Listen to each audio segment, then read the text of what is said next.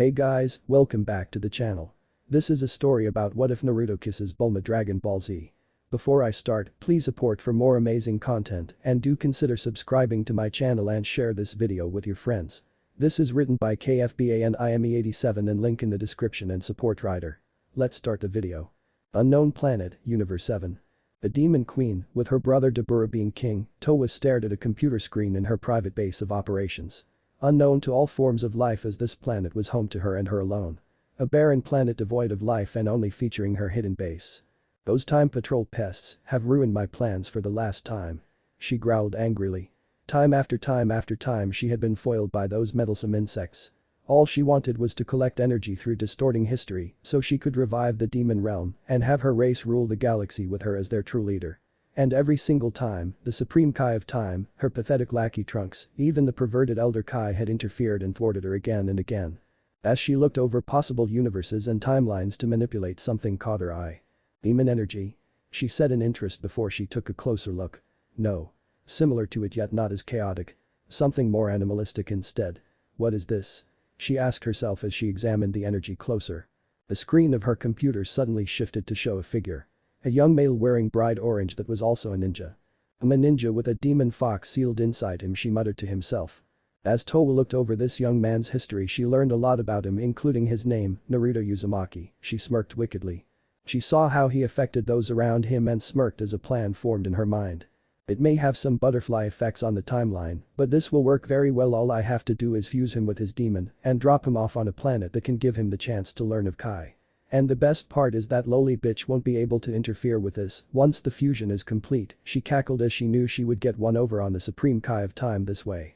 She continued to cackle as she held up her staff and made it glow dark purple. Planet Namek, age 761. On the planet Namek it was pretty peaceful. Green sky, blue grass. Such majesty and beauty was on display. On a deserted island a reddish-orange flash of light appeared and dropped Naruto onto the ground unconscious. Mere seconds later Towa materialized in a flash as she gazed at the unconscious and nude ninja. Haha. Don't fail me. If you do well I may make you my pet, she said before pointing her staff at him and materializing some clothes onto his body, which was an orange-red kimono. Hope you enjoy the sword I made. It took some effort to get a sword made from that Kurama's fang, she said before she placed a katana with a well-made sukuban next to him. Naruto then glowed and a pair of fox ears and a long fox tail appeared attached to him. Ah, the fusion is complete. I must say the ears and tail are a nice touch. They actually look a bit adorable, even she mused as she thought with the ears and tails he looked way cuter than Mira, at least may he be rotting in hell for trying to absorb her a while back. She then felt an approaching presence coming close and sighed before she made a portal appear behind her. Until we meet again. She said as she walked into the portal. Disappearing from view. As soon as the portal faded, a green-skinned alien wearing white landed next to the unconscious ninja. This was the Namekian known as Nail. I feel a great power from this boy, Nail spoke to himself. Gazing at Naruto to determine his next course of action as Nail wasn't keen on bringing potential threats into a village. Nail, bring the boy to me, a voice said to Nail telepathically. Lord Guru? Nail asked in a manner of asking the wise leader if he was absolutely sure. He didn't want to risk anyone's lives if this was a trap. Especially the Grand Elder. I feel this boy has a pure heart, so there is no need to be afraid, Guru's voice said. Very well, Lord Guru. I will bring him at once, Nail said as he picked up the boy in his arms and flew away. To the Grand Elder's hut. Later. Naruto groaned as he woke up. Oh, I'm never eating 56 bowls of ramen before bed again, he moaned as his vision went from blurry to clear. Greetings my young kitsune friend, Guru said with a kind smile. Oh god, aliens. Don't probe me. Probe Sasuke. He may enjoy it. Naruto shouted, freaking out. He did just wake up surrounded by aliens after all. Calm yourself and show some respect to the Grand Elder, Nail said with a cold look. Look, if you're here to declare war, one surrender. Naruto said, still freaking the hell out. Lord Guru, may I slap him? Nail asked the large Namekian in a chair. Calm yourself young kitsune, we are not gonna hurt you, Guru said. Naruto soon calmed down and caught his breath before looking at Guru. Kitsune? Naruto asked. The ears and tail, Nail said flatly. Naruto reached for his ears and felt his human ears were gone and he now had kitsune ears on his head poking out of his hair. He then felt something along his back moving and looked to see a long bushy fox-like tail waving. Oh Kami, I'm a demon. Naruto yelled out. This is gonna be a long day, Nail sighed seeing Naruto freaking out again. A year later. Naruto was meditating on top of a tall rock. It had been a year since he had arrived on this planet and thankfully he had learned a lot. He had learned how to use Kai from Nail and learned about this planet from Guru. He had also learned about the katana he had been found with. Apparently it reacted to his Kai and was magic in nature. When he channeled his Kai in it grew bigger. He decided to name the blade Kurama after his friend who was now silent. Suddenly his eyes opened wide during his meditation as he felt several hundred power levels arrive on the planet via his energy sensing. Looks like we have visitors on the planet, he grumbled as he got to his feet. Naruto Guruzva said in his mind. What's up, Gramps? Naruto asked in his mind with a fond smile as he saw Guru as a grandfather figure. These visitors have a powerful leader that you have no chance against, despite your progress with training with Nail, Guru said, as well the blonde was absolutely powerful, he could sense the leader was far beyond him. So what should I do? Naruto asked. I know you care for my people since you arrived, so if you wish to protect them, I will not stop you, Guru said. Alright, I'll at least see if I can steal a Dragon Ball and hide it from them. Naruto said as well he wasn't sure, he didn't want to take any chances of the potential foes getting them. He then floated into the air and took off flying towards a village in the opposite direction of where the majority of powers went. Thinking stealth would be key in this scenario. God, I still love flying, Naruto thought aloud with a smile. It was possibly his favorite aspect of using Kai. A week later. Naruto growled as he cut through another soldier that was attacking a village. So how many does that make? I've lost count at this point, Naruto asked the remaining soldiers, gesturing to the corpses. You dare resist the Frieza force? A soldier growled. Yeah, this isn't even your planet. Another soldier yelled. Maybe not, but they have treated me well, and you attacking them for some asshole is a quick way to get yourself killed, Naruto said as he growled, showing his fangs. We can take him, men. A soldier said, preparing his blaster. Yeah, his power level is 1000, another said. Naruto then appeared behind them and sheathed his sword. No. Raspberry. You bastard. A soldier said, watching his fellow soldier die before he followed as well. A moment later all of the soldiers' heads fell off their bodies. Geez, if this Frieza was actually worth it, damn, he would have actual soldiers, not these meat shields. Naruto muttered. He then paused as he saw an object in the sky appear and start to head for the surface of the planet. Great, more visitors, well, may as well go and greet them. And tell them about my lovely funeral services, Naruto muttered as he flew there. Hoping they were friendly and not with Frieza. But he wasn't getting his hopes up. As he got closer he felt some small power levels, but they didn't feel evil like Frieza's men. Don't tell me we actually got tourists. What could they possibly want to see? The trees. He muttered sarcastically. He soon saw a big ship that looked like some of the huts from the villages. Well, this will be interesting. Naruto said. He saw two of Frieza's men floating nearby, pointing a blaster at the ship, and 3 humans on the ground. One a bald man wearing orange, one a 5-year-old with a bowl-cut hairstyle, and a, admittedly, very attractive woman around his age with blue hair. Oops, sorry we destroyed your ship. One of Frieza's men laughed. So there is no escape for you now, the second soldier said with a laugh. As the soldiers held blasters at the 3 humans, Naruto appeared behind them. You idiots gloat far too much, he said. Naruto quickly plunged his clawed hands through their backs. Ooh, interesting. Unlike the rest of your cronies, you two have spines. Naruto said as he literally ripped through their spinal column like tissue paper. He then swung around and sent the now dead minions flying into the lake. Now I'm sorry you all had to see that. Naruto said to the 3 as he did just literally murder people in front of them. The bald man stuttered as Naruto floated down to them. Relax, Baldy, I'm not gonna hurt you 3. You're not with them, right? Naruto asked. Who's them? The 5-year-old asked. The morons I just killed for destroying your ship, Naruto said nonchalantly. Now we are stranded. The woman yelled in a panic as she looked at the ship. Is she gonna be okay? Naruto asked the bald man. Yeah, Bulma is always dramatic, the bald man said. Doesn't that mean bloomers? Naruto asked with a small smirk. Shut up, I didn't pick it. Bulma yelled, turning to look at Naruto, but paused as she finally got a look at him. Well, hello. She said, sidling up to Naruto, a smile on her face. Oh great, the bald man said with a roll of his eyes. Krillin, why don't you and Gohan go investigate the situation? Miss, I don't think it's safe to be alone, especially with the planet being invaded, Naruto said with a nervous smile, as he had zero experience with women. Oh please, they're both fighters. I on the other hand could use some protection, Bulma said with a smile as she looked at Naruto. Yeah, but who's gonna protect him from you? Krillin grumbled. Bulma grabbed Krillin and whispered in his ear, leave me alone with him and you'll get 1 million zeni from me back on Earth, she told the monk. Look, we can talk when we get some cover and I explain the situation. We are sitting ducks here, Naruto said. Good idea, mister, you seem to know more than us about what's going on, Gohan said.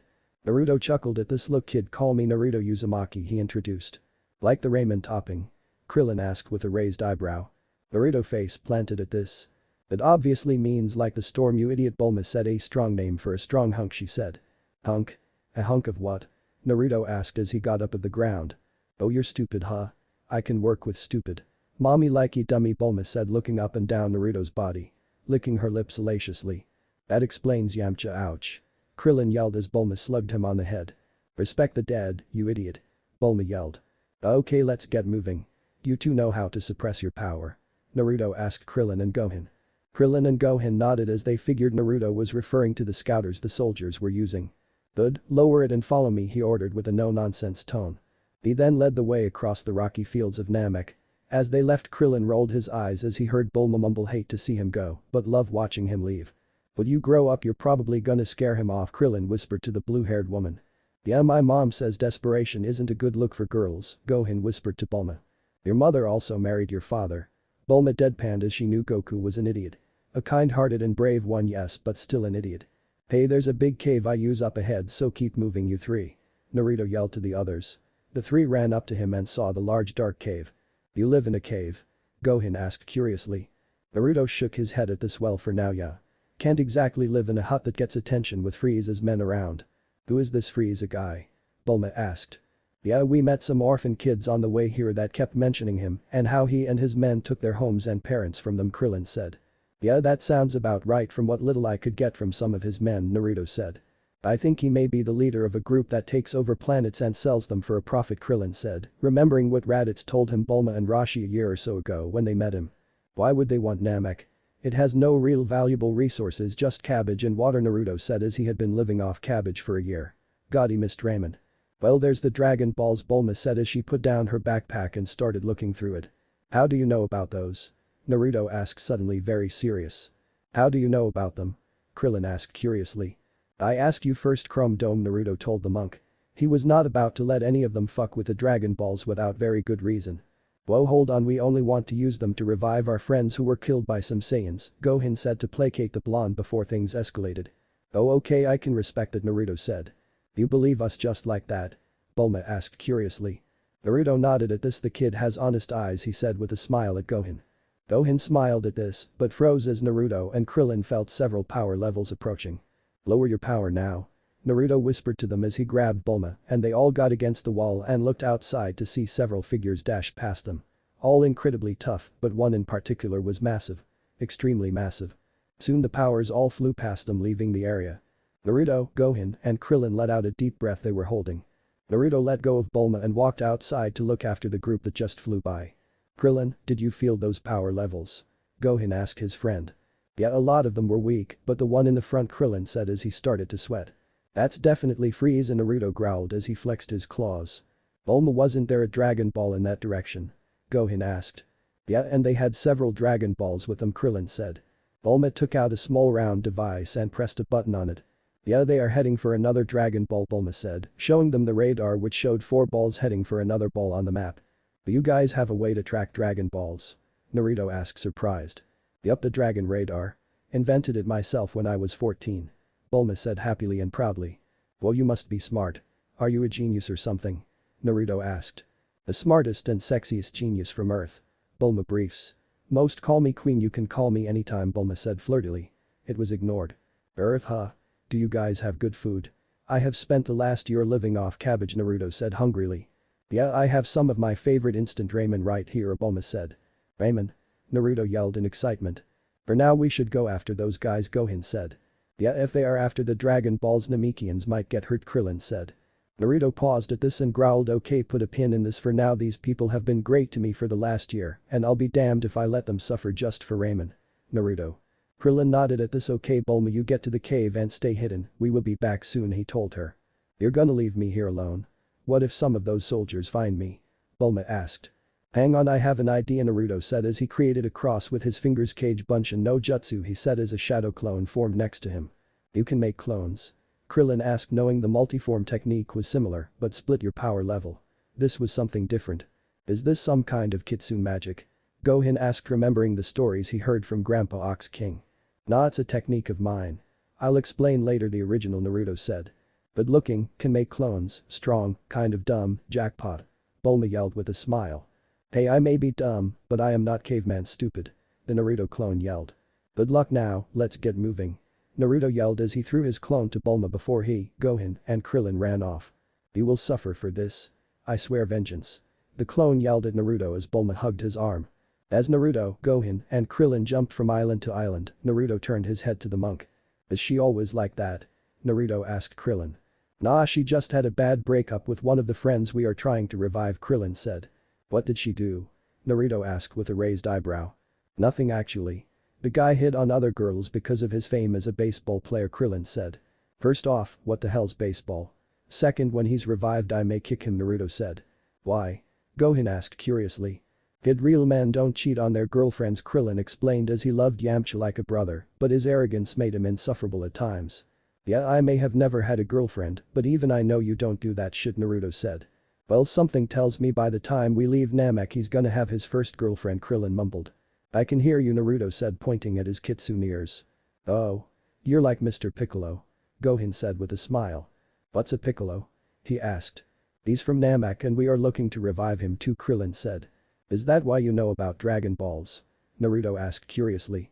Yup, see, when he died saving Gohan our Dragon Balls turned to stone, Krillin said. Ah, I get it, you all want your friends back and went into space to use the Dragon Balls here to get your friends and your own Dragon Balls back, Naruto said with a smile as he liked loyalty like that. Yeah, our dragon can't bring who have died before. So we wanted to use yours to get back ours and see if we can revive some who had previously died. Krillin explained. This has happened before? Naruto asked. Yeah, we keep things interesting on Earth, Krillin said with a sheepish smile. Cool, if I help you guys can I bum a ride to your planet? Naruto asked. As long as you're friendly then sure, Gohan said with a smile as he could tell Naruto wasn't like Vegeta. Oh, I'll be on my best behavior. Ninja's honor, he said happily. He really wanted to eat things that weren't cabbage after all. Hours later. We're here. They're just beyond that ridge, Naruto said as he started to crouch and survey the village below. Do you have a plan? Gohan asked as he and Krillin also crouched and followed Naruto. Yup, walk in, exterminate some pests, walk out, Naruto said. You think you can take on Frieza? Krillin asked. Nope. Naruto admitted, but I can draw his attention while you sneak and collect the balls, Naruto said. What about his men? Krillin asked. Leave that to me and Kurama here, Naruto said with a smile as he unsheathed his katana on his waist. Alright, good luck, Krillin said as he and Gohan were gonna wait for the most opportune moment to sneak in. Meanwhile, on a different planet. Towa watched through her crystal ball with her demonic magic as Naruto prepared to face Frieza's forces. Haha. Do make this entertaining for me, my pet. She giggled, waiting for the show of bloodshed to start. Back on Namek. Naruto made it over the cliff and saw what was going on in the village. Namekian corpses strewn about. Not just men but even children. Naruto saw what looked like a big spiky pink man killing some Namekian warriors. Naruto. An old Namekian who was guarding two children yelled with a smile on his face. Elder Murray. Run now. Take your children and go, Naruto said monotonously. Oh? Is this another protector? An alien in a floating pod asked. I am these people's ally and defender, Naruto said coldly to the alien. Interesting, you're obviously not from this planet. Where are you from? The alien asked curiously. Doesn't look like an alien race we have met, Lord Frieza, a man with blue skin who was carrying two Dragon Balls said. Indeed it does not, Zarbon. Dodoria, when you're done playing with those toy soldiers do be a lad and interrogate this one for answers, Frieza ordered. No problem, Lord Frieza. This chump still uses a sword, for crying out loud, the name Dodoria said. Okay, you first, fat boy, Naruto growled as he flexed his claws and rushed at the pink-skinned alien. Dodoria's scouter beeped as Naruto charged. It shattered immediately as he glanced at the power. Distracting him. Naruto slugged the pink alien in the gut hard, making him bend over. Naruto grabbed Dodoria by one of his head spikes. I expected you to go down with one hit like your other soldiers I have been killing since you losers arrived, Naruto said with a glare. Oh ho. So it's been you doing that, Frieza said with an interested look. You do seem to pack quite a power there. And savagery too from how you left our men, Zarbon said, recalling that a lot of their soldiers were ripped to pieces. Lord Frieza, help me. Dodoria begged. Hey big man, you were perfectly fine killing my friends just now.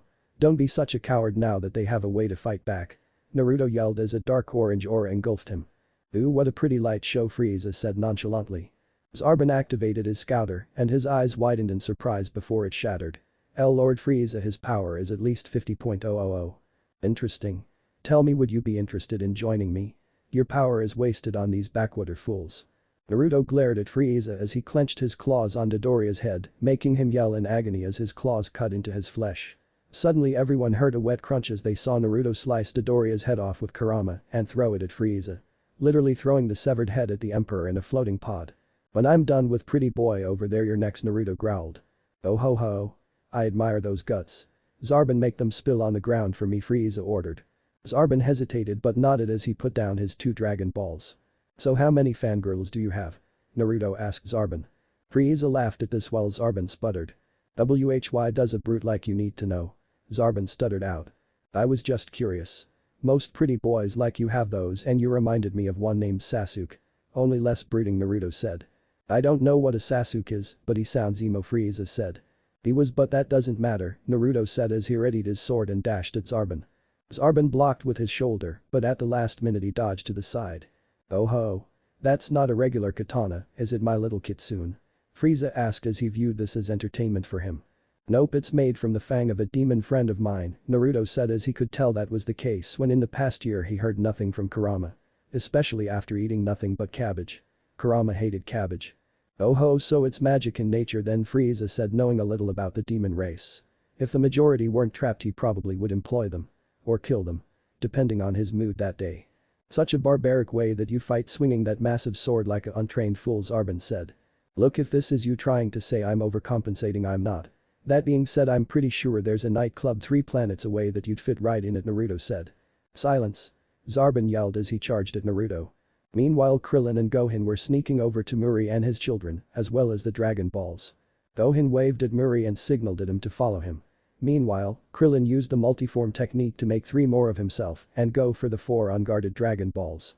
"This is just sad," Naruto said as Zarbon kept trying to kick him and he was dodging by craning his head left and right. Zarbon, stop holding back. Frieza yelled, sounding annoyed. "So you were holding back," Naruto said with a smirk at Zarbon. "But my lord, I shan't use that grotesque form." "What? You hold back because it makes you ugly?" Naruto asked with a flat look. "You don't understand what I need to do to maintain my beauty, you brute." Zarbon roared. "Well, if you transform your body will match your personality. Though to me you're a 6 out of 10 as you are," Naruto said with a smirk. "That's it." Zarbon yelled as in an instant his muscles bulged and his face became more monstrous. "Wow, you may be the 2nd ugliest bastard I've ever met," Naruto said, seeing Zarbon's transformation. "Die." Zarbon roared and charged at Naruto in a blind rage. "You first, asshole," Naruto said as he channeled power through his blade and sent an energy slash at Zarbon. Zarbon instantly dogged the attack and sent a blast at Naruto, who blocked with his katana and sent the blast at the ground below, which struck some dead corpses of Frieza's men. "No. The scouters. I just ordered those." Frieza yelled, caring more about the tech than the many corpses of his own soldiers. Naruto smirked at this and noticed that Krillin and Gohan were pretty far from them now. "Well, this was fun and I did my job. So until next time. Stay ugly, you two." Naruto shouted as he flew away with a burst of his power. "Why would he flee?" Zarbon asked. "I honestly have no idea," Frieza said. "Wait, Lord Frieza, the Dragon Balls and Namekians are gone." Zarbon yelled as he shrunk back to his regular form. Frieza took a breath. That insolent little maggot." Zarbon. "After him. Now. I want his corpse for the bumper of the ship or I'll be tying yours to it instead." Frieza roared in rage as Zarbon quickly flew after Naruto. But Naruto was already far away from the village, but he soon felt a massive amount of power. "Geez, that Frieza guy is crazy strong," Naruto thought. As he flew he saw a figure floating in front of him wearing the same armor as the soldiers he decimated, but in blue with a red scouter on his face and black spiky hair. Naruto stopped in front of the figure and placed his palm on his sword, just in case. "Who are you?" he asked. "I should be asking you that. You're not one of Frieza's soldiers, otherwise I'd have heard of you. Or killed you. And you're obviously not a Namekian, so who or what are you?" the man asked. "You're not with Frieza. You a friend of the Earthlings?" Naruto asked. "There are Earthlings here?" Vegeta asked coldly. "Wait, are you Vegeta?" Naruto asked, thinking of the story Gohan and Krillin told him of their encounter with the Saiyans on the way to the cliff. "Prince Vegeta to you scum." Vegeta roared. "And be a prince of a dead race," Naruto said with a glare as he could tell this guy was just as cold as Frieza's men. "Look who's talking. Never seen one of whatever you are before. You look like a filthy human crossed with a disgusting earth fox." "I know I look cool, what of it?" Naruto asked as he actually liked how he looked now. "So what are you? The king of the fox people?" Vegeta asked sarcastically. "Nah, I'm one of a kind and I'm friends with the Namekians," Naruto said simply. "Oh good, then you can point me to some Dragon Balls before I vaporize you to ash," Vegeta said. Naruto glared at Vegeta at this before he unsheathed his sword, transforming it. Not happening, he said. Interesting sword you got there, but it's no match against the glorious might of a Saiyan. Vegeta roared, taking his battle stance. Well, at least you're humble, Naruto said with a smirk as he readied his blade. Before they could fight, Zarbon finally caught up. Oh good, pretty boy is here to tag in, Naruto said as he sheathed his sword. Zarbon, the hell are you doing here? Shouldn't you be off polishing Frieza's armor? Vegeta asked smugly. Before Zarbon could respond, Naruto made a cross sign, and in a massive poof of smoke, he made dozens of shadow clones. Catch me if you can. The Narutos yelled as they all took off in random directions. Since when the hell is that an ability?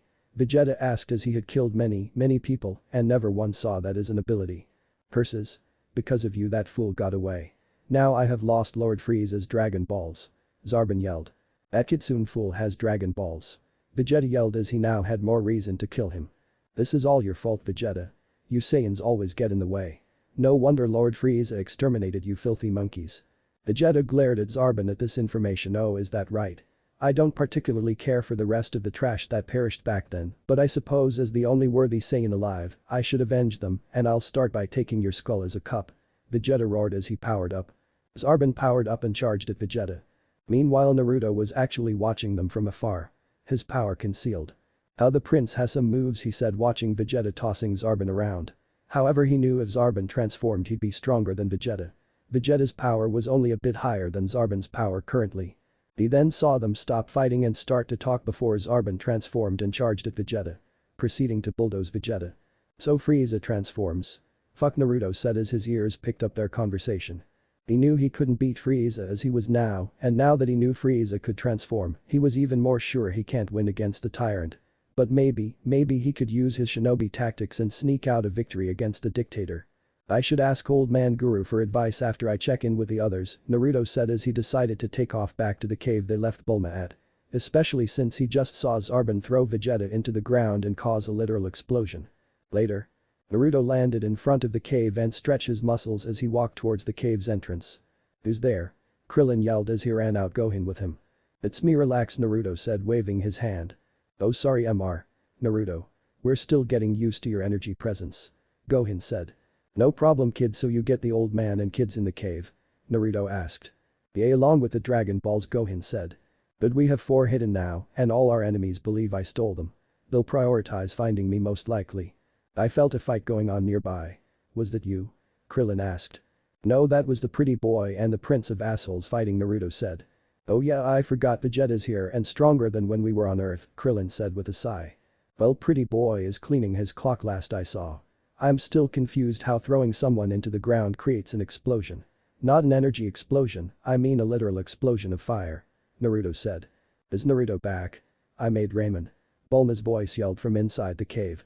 I'm Ian. Naruto shouted, running past the others. Hey Muri and kids, good to see you. I am Ian. He shouted, dashing past them as well. Why is it the strong ones that are goofballs? Gohan asked Krillin. Kid, that's a question I'm sure will never be answered. Krillin said as he knew better than to question it after years and years of fighting alongside Goku. 30 minutes later. Naruto slammed his empty bowl on the table and sighed happily as he patted his stomach. Oh wow, Bulma said, seeing the stacks of empty bowls of ramen. While also vowing to never let Naruto and Goku have a ramen eating contest. I lost count after 20, Krillin said. It's 50, Gohan said after looking at the pile. Ah, that was the greatest. And not cabbage. Naruto cheered as he loved ramen and was also just really happy to not have been eating cabbage again. I'm glad you enjoyed it, but I feel you should go see Guru along with your friend Krillin, Mori said. Yeah, I was gonna go see him after checking on you all, Naruto said before he looked around. When did a house appear in this cave? He asked. This caused Krillin, Gohan and Bulma to face plant. You just now noticed it? Bulma asked incredulously. Well, I noticed the ramen first. How did this get here? Naruto asked curiously. And Kami, he's cute, Bulma muttered before turning to him. Oh, I had one stowed away in my capsule, she said, holding up a capsule. So it's like a seal, but it's an item? Naruto asked curiously. What's a seal? She asked. Same thing pretty much, though yours doesn't require skills in calligraphy, Naruto said, keeping it simple. I'll have to ask you to show me later as that sounds very interesting, Bulma said. No problem, you made me ramen so I can do that, Naruto said with a smile. He's simple-minded like Goku, Krillin said, seeing some similarities. Well, is there anything else me making you ramen would also pay for, so to speak? she asked, batting her eyelashes at the blonde. Okay Krillin, let's go. Naruto yelled, blushing as he walked past Krillin and dragged him off. Oh, he's shy, that's so cute. Bulma said with a smile. Elder, what did we just witness? One of the Namekian children asked. I have no idea, Murray asked with a shake of his head. A day later. Naruto and Krillin were still flying towards Guru's home. How far is this place? And why hasn't it gotten dark here?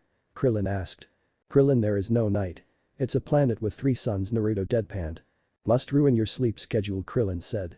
You have no idea, Naruto said with a sigh. They soon came up on a tall rock with a very large hut on top of it and a Namekian standing guard. One Naruto recognized. Hey Nail, Naruto said with a smile as him and Krillin arrived. Naruto? What are you doing here? And why did you bring a pet? He asked, confused, never having seen an earthling. He's a friend, he helped me save some Namekians and some Dragon Balls, Naruto said while Krillin sulked at being called a pet. Ah, forgive me, pet of Naruto. I am glad to hear of you helping us, Nail said in thanks. He's sentient like us, Nail, Naruto said, finding this sad. I know, I just thought I'd try my hand at a prank like you suggested, Nail said. Ha. So I finally gave you a sense of humor. Naruto said with a smile.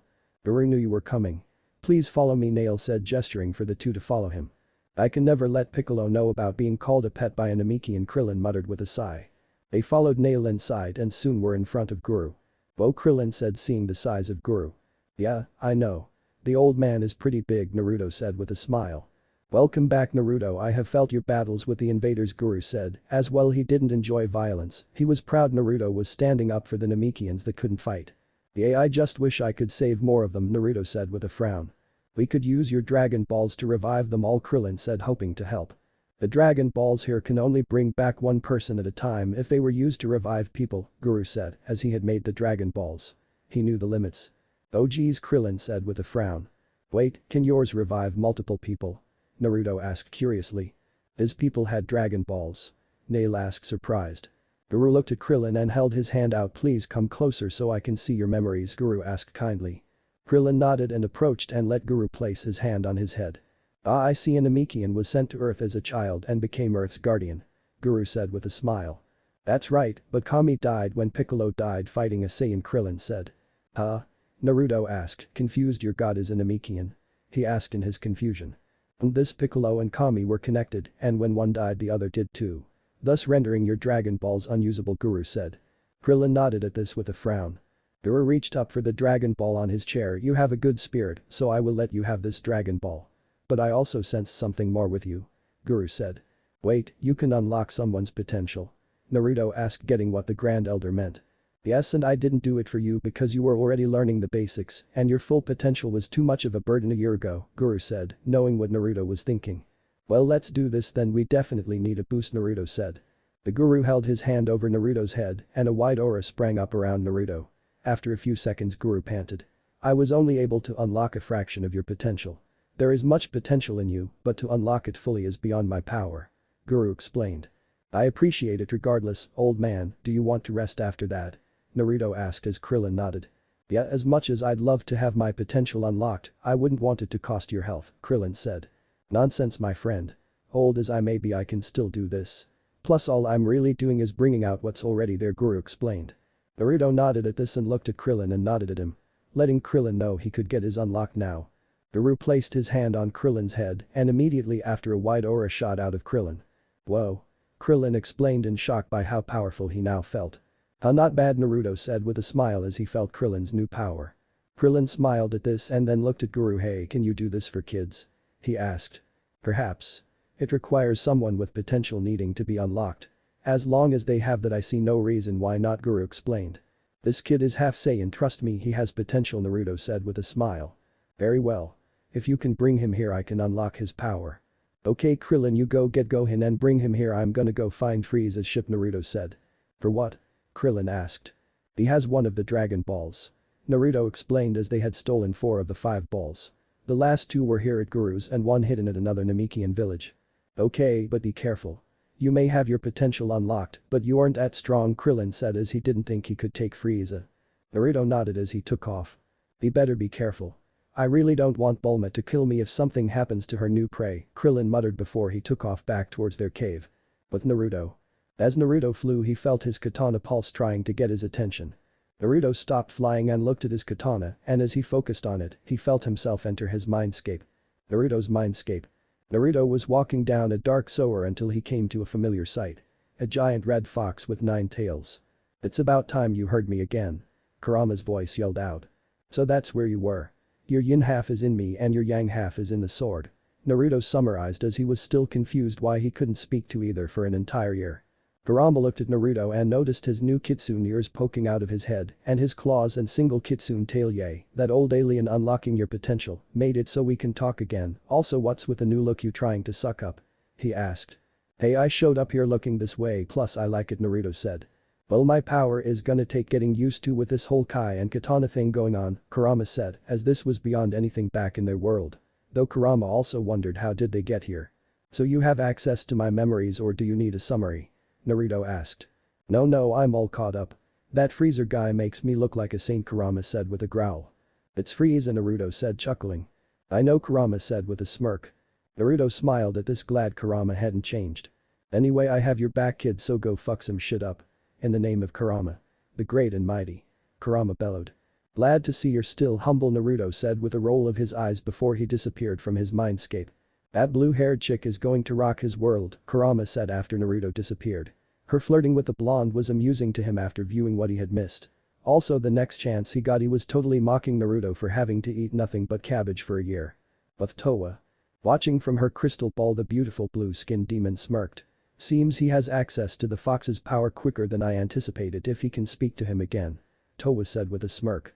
"Hehe, things are becoming even more interesting with you, my pet," Towa said as she viewed Naruto's current journey. At this rate she may be able to accelerate her plans even faster. With Naruto. "Okay, let's see where Frieza is," Naruto said as he landed on a rock and used his senses to see what's going on around him. He felt 2 powers nearby which he recognized as Gohan and Vegeta.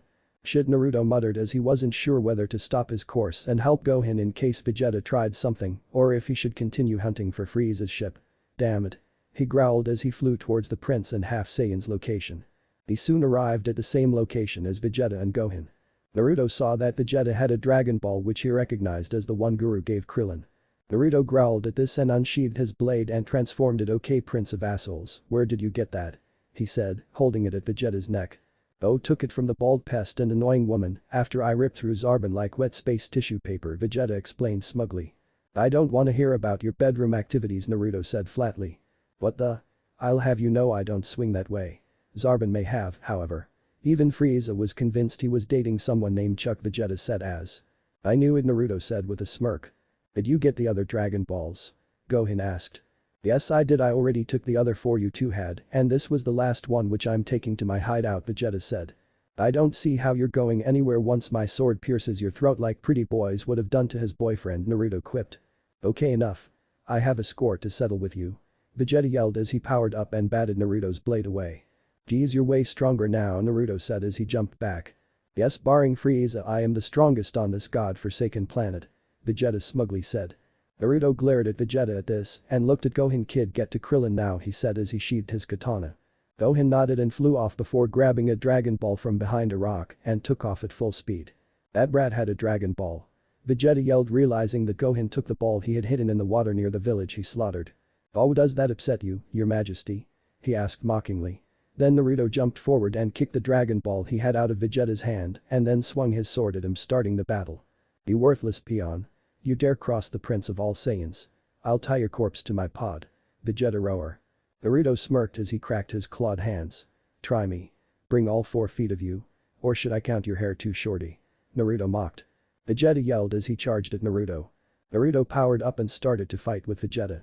The two trading punches and kicks in a deadly dance of fists and feet. Vegeta sent a punch at Naruto's ribsage, but Naruto grabbed Vegeta's hand and slammed him full force into the dirt, making a small crater appear. "So be honest, is this a short guy thing? Or is this an overcompensation thing?" Naruto asked. Vegeta yelled as he powered up and released a burst of power which made Naruto let go. "Geez, he's actually powerful now," Naruto thought. "I've had enough of your insolence." Vegeta roared. As Vegeta charged at Naruto, he suddenly stopped and looked up at the sky and started to sweat. Naruto also looked up and soon felt a massive amount of power approaching the planet.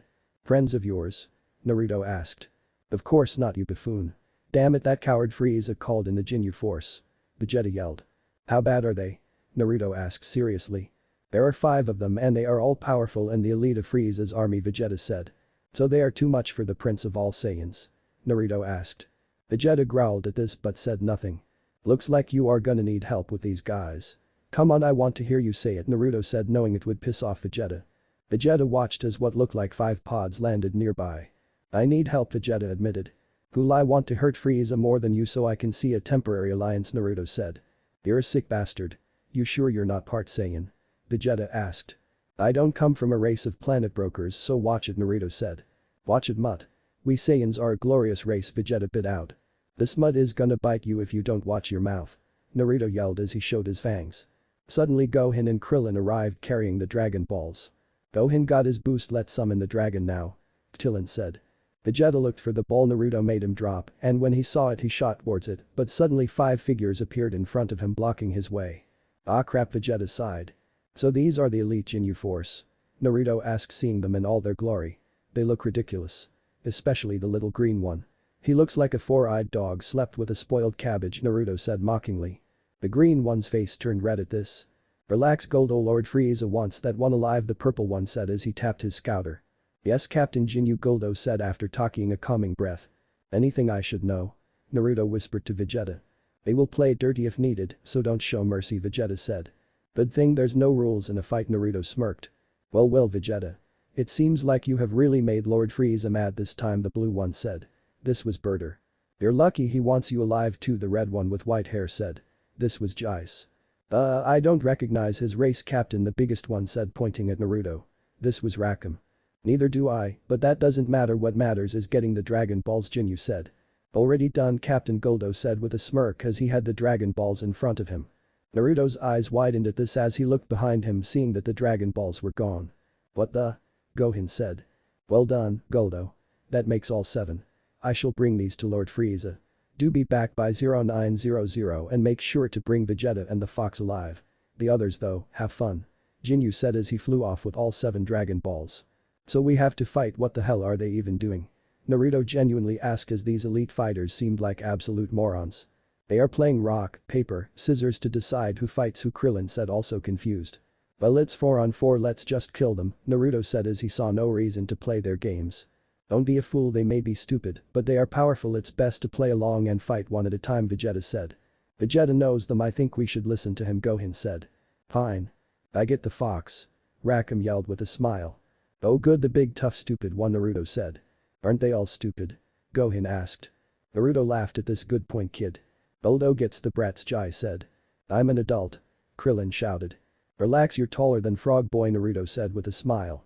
Vegeta's mouth twitched at this as he tried not to smile at this. Maybe the fox bastard wasn't all bad if he could insult Goldo like that. I'm gonna enjoy killing you. Goldo yelled in a rage. You only get the brats, Goldo, Birder said. Vegeta turned to Gohan and Krillin, be careful, he has psychic powers. Wanna be specific? Naruto asked. I'm stopping, paralysis, and telekinesis, Vegeta explained. Geez, that's actually impressive for this guy. He can do all that but can't ride the Ferris wheel, Naruto quipped. Rakim, Jais, and Birder all snorted and started to laugh while Goldo grit his teeth in rage. Naruto turned to Krillin and Gohan, okay you two don't be morons, go all out and take him out. If he gets desperate he may play dirty, he said. Krillin and Gohan nodded as they approached the battlefield. Then Space Bucks on the short one, Birder called. Which one?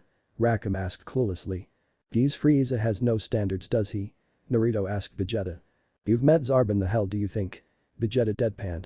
I think this is gonna be a fun fight, I might actually have to try, Naruto said with a smile. Wait a minute, you were holding back before? Vegeta asked him angrily. Yup, Naruto said cheerily while Vegeta growled. Gohan and Krillin both powered up and charged at Goldo. Before either could get close he disappeared. Naruto looked around and found Goldo nearby panting for breath. Dude, you really are out of shape, aren't you? Maybe you should cut down on the cookies and ice cream, Naruto said with a smirk. Before Goldo could respond he saw Gohan and Krillin charging at him. He then held out his hands and in an instant Gohan and Krillin were frozen in place. You fools. My psychic powers are unrivaled by all. And once I'm done with you two the mud and Vegeta will be. He suddenly stopped speaking as Naruto thrusted his clawed hand in his back. Naruto pulled out his claw from Goldo's back and pulled out his heart. You shouldn't eat so much junk food. You can get a heart attack that way, Naruto said before crushing the organ in his hand. Goldo fell to the ground dead as Gohan and Krillin dropped to the ground. Pretty cold-blooded aren't you? Krillin asked. What? You're my friends. Sue me, I value you more than this piece of garbage, Naruto said as he kicked Guldo's lifeless body. Since we're taking you alive, any interest in joining the force? Jais asked. Yeah, we could put in a word with the captain, Birder said. Not happening, so who first? Naruto growled, ready to fight. Me and Birder will take on Vegeta while you can fight Rakim, Jai said.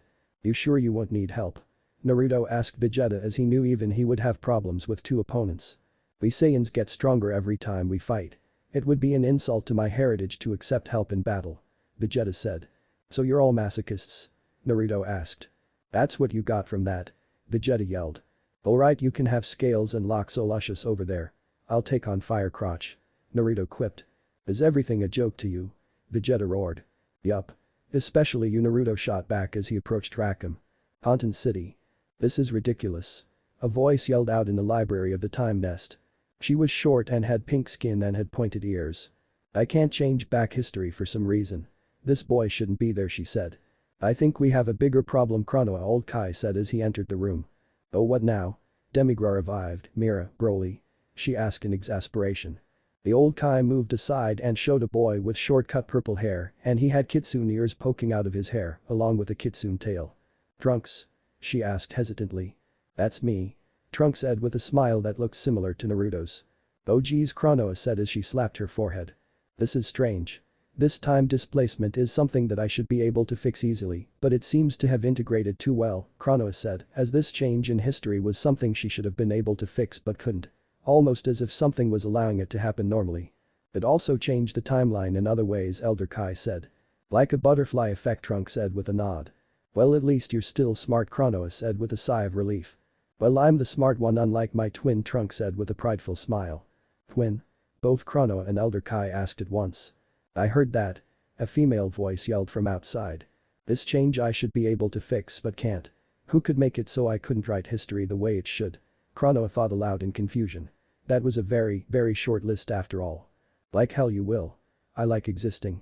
A red-deeded woman yelled as she entered the room. She also had a kitsune tail and ears poking out of the top of her head. Meet my twin sis, Kushina, Trunks said with a sheepish smile.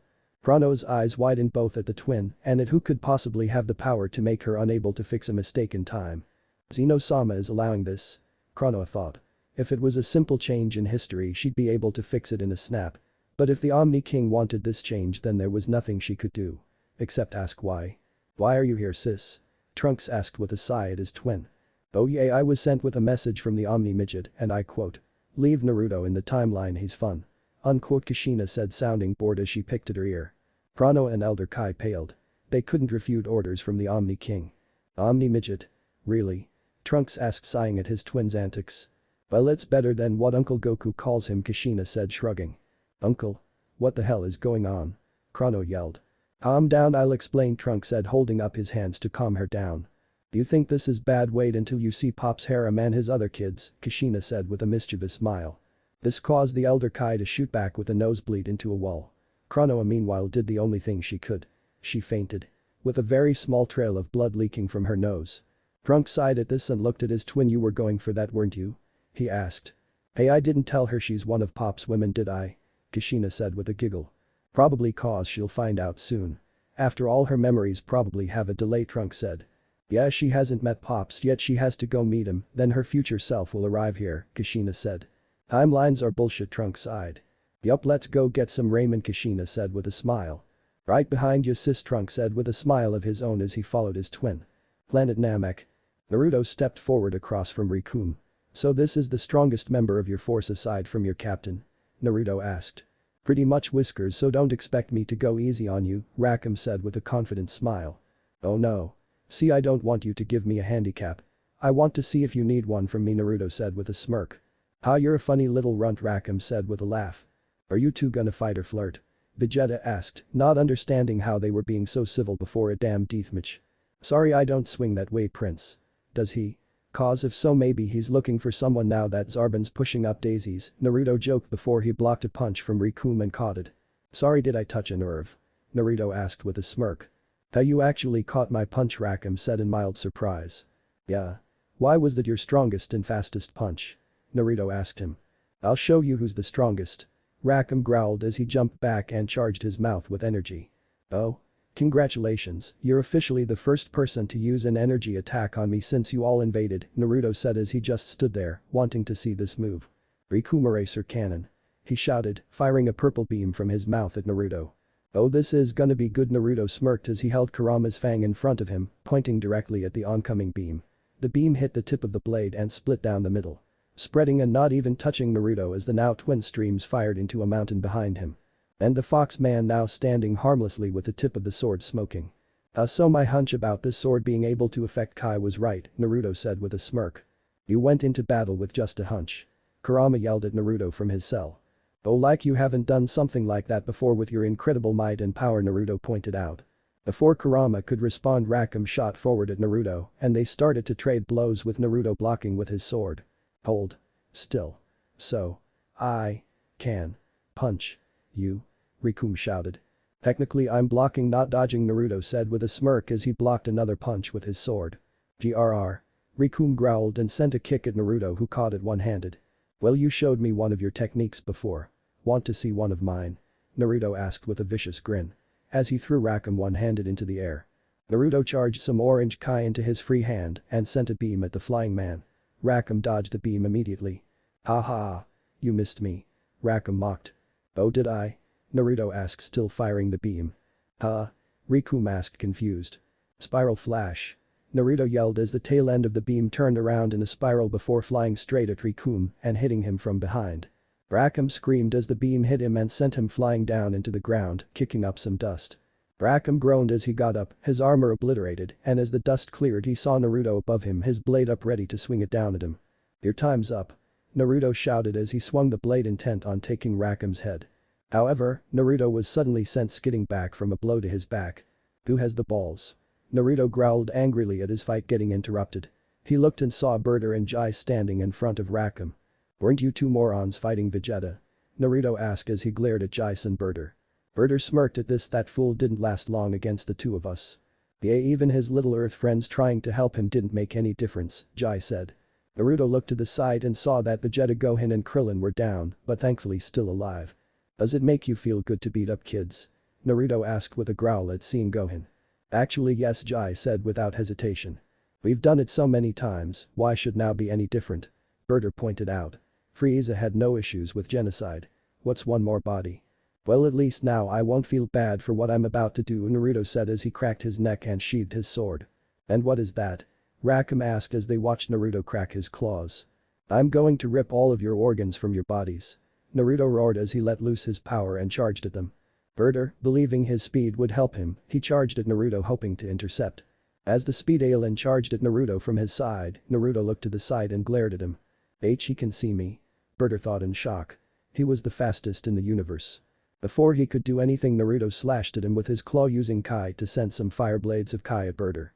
The blades actually ripped into Berter and sliced his legs from his body. Naruto smirked at the image of the alien falling to the floor, screaming before he grabbed Rikume by his throat as he appeared behind him ready to attack Naruto. Ah wait. He choked out. Naruto said nothing as he slammed Rikume into the ground hard, making a crater. When the dust cleared, Jai saw Naruto had Rikume on the ground and had his arms in his hands ready to break them. Berter laid on the ground, his chest cut open, exposing some of his organs. And how about you with the bad sunburn? Want to try and help your two friends here? Or do you want to piss yourself and run like a coward? Naruto asked, tugging Rackham's arms to make the man scream. Aye, Captain. Jai screamed, flying away. Naruto scoffed at this as he held Rackham in place. So any last words? Naruto asked. Your fast friend didn't make it, so he died quick, but I want to know your final thoughts before I send you off to hell. The captain will kill you. Rackham groaned out in pain. He will try, Naruto said before he stomped hard on Rackham's head, killing him and letting the brain matter and blood pool on the ground. As he turned to go help Gohan, Vegeta and Krillin, he saw a large ship landing nearby. Whoa, Naruto thought, feeling the power from whoever had just arrived. Goku, Krillin groaned out in happiness and also pain. So he's finally arrived, Naruto said as he helped Krillin stand up before he walked over to Gohan. Well, you are pretty tough for a kid, Naruto said with a chuckle as he helped Gohan up. He then turned to the downed Vegeta. Why, you beat them easily, Vegeta said as he looked at the bodies of Rikume and Berter. Hey, you heard my friends, you catch a beat down, Naruto said pointedly at Vegeta. This is ridiculous. I deserve that kind of power. I am an elite. I deserve to be a Super Saiyan of legend. And yet this Kitsune bastard has shown me up. Vegeta though. Maybe if you trained instead of being a stuck-up asshole you could get stronger. Being from a warrior race doesn't mean shit, Naruto said as he held out a hand for Vegeta to take and stand up. Vegeta smacked away the hand before he forced himself on his feet. Well, you're durable at least, Naruto said. As soon as he said that, a male figure in an orange guy with spiky black hair landed in front of them. Goku. Krillin shouted, happy to see his best friend. Despite the pain. Daddy. Gohan yelled happily before wincing from the pain. Kakarot. Vegeta growled angrily. He has two names. Naruto asked Krillin curiously. Long story, we'll explain when we're not in agony, Krillin said. Should have taken those lessons on healing from Guru, Naruto grumbled as Goku approached and hugged Gohan. What happened? I felt you three huge power levels with you, but one flew away and two disappeared, Goku asked Krillin. Oh, our new friend took out two of them. The third flew away. Krillin said, gesturing to Naruto. So your son Goku? Naruto asked as he had heard stories from Bulma, Krillin, and Gohan. He looks like an idiot, Kurama said flatly. I don't know. I like his dress style, Naruto said with a small smile. Of course you would, you orange-obsessed lunatic, Kurama grumbled. Goku approached Naruto and looked at him for a moment before he smiled and held out his hand. Thanks for helping my friends out with the bad guys on this planet. Naruto shook his hand. No problem. Anything to piss off Frieza and his cronies, Naruto said smirking. Hey Goku, you bring any senzu beans? Krillin groaned out. Oh right. Hold on, Goku said as he reached into a small pouch and fished out some green beans for Gohan, Krillin, and Vegeta. Vegeta just stood there sensing both their powers. His teeth gritting as he knew both were far stronger than him. Here you go, Vegeta, I saw that you actually helped my friends with those two, and that's why you lost so soon, Goku said with a smile as he tossed Vegeta a senzu bean. Which he caught. Wait, that's why he lost? Naruto asked with a raised eyebrow. Did you really think those two would honestly get the better of the mighty Vegeta? Vegeta asked. No, I expected you to lose, but not because you helped them, softy, Naruto said with a smirk. Quiet, Fox. Or I will burn your tail. Fox? That's an insult. And if you touch my tail I'll do what I did to the big guy to you. Naruto said as he stomped his still blood-covered foot. GRR. Go find a mate or something, you rabies-filled canine bastard. Vegeta growled. Blah blah blah, at least I can attract a woman, Naruto said, sounding bored as Vegeta ate his bean along with the others. I am legitimately questioning who I hate more on this planet right now. You, Kakarot, Frieza, or Jinyu, Vegeta. Hey, I didn't blow up planets for fun, so I'm not that bad, Naruto said while Goku nodded in agreement. I'd probably respect you more if you had, Vegeta admitted. Oh please, I can already tell you're starting to get used to us being around, Naruto said with a smile. I would never willingly team with any of you, Vegeta said. Not even against Jinyu and his groupie? Naruto asked as he looked up and saw Jais was here with Jinyu. PFFT. Groupie, Krillin said with a chuckle. I don't get it, Gohan said, tilting his head in confusion. We'll explain when you're. How old is he? Naruto asked. 5, Goku said simply as he kept his eyes on the enemy. You let a 5-year-old fight? Naruto yelled. Maybe you're more Saiyan than I thought, Kakarot, Vegeta said as that was something the Saiyans encouraged. Use the younger members to fight and conquer. So you're the one who killed Gildo Berter and Rakim, Jinyu said as he glared at Naruto. I mean, you can say I killed them or they committed suicide by challenging me, whatever helps you sleep at night. Or preferably for eternity, Naruto said. We should all attack them together, we have them outnumbered, Krillin said.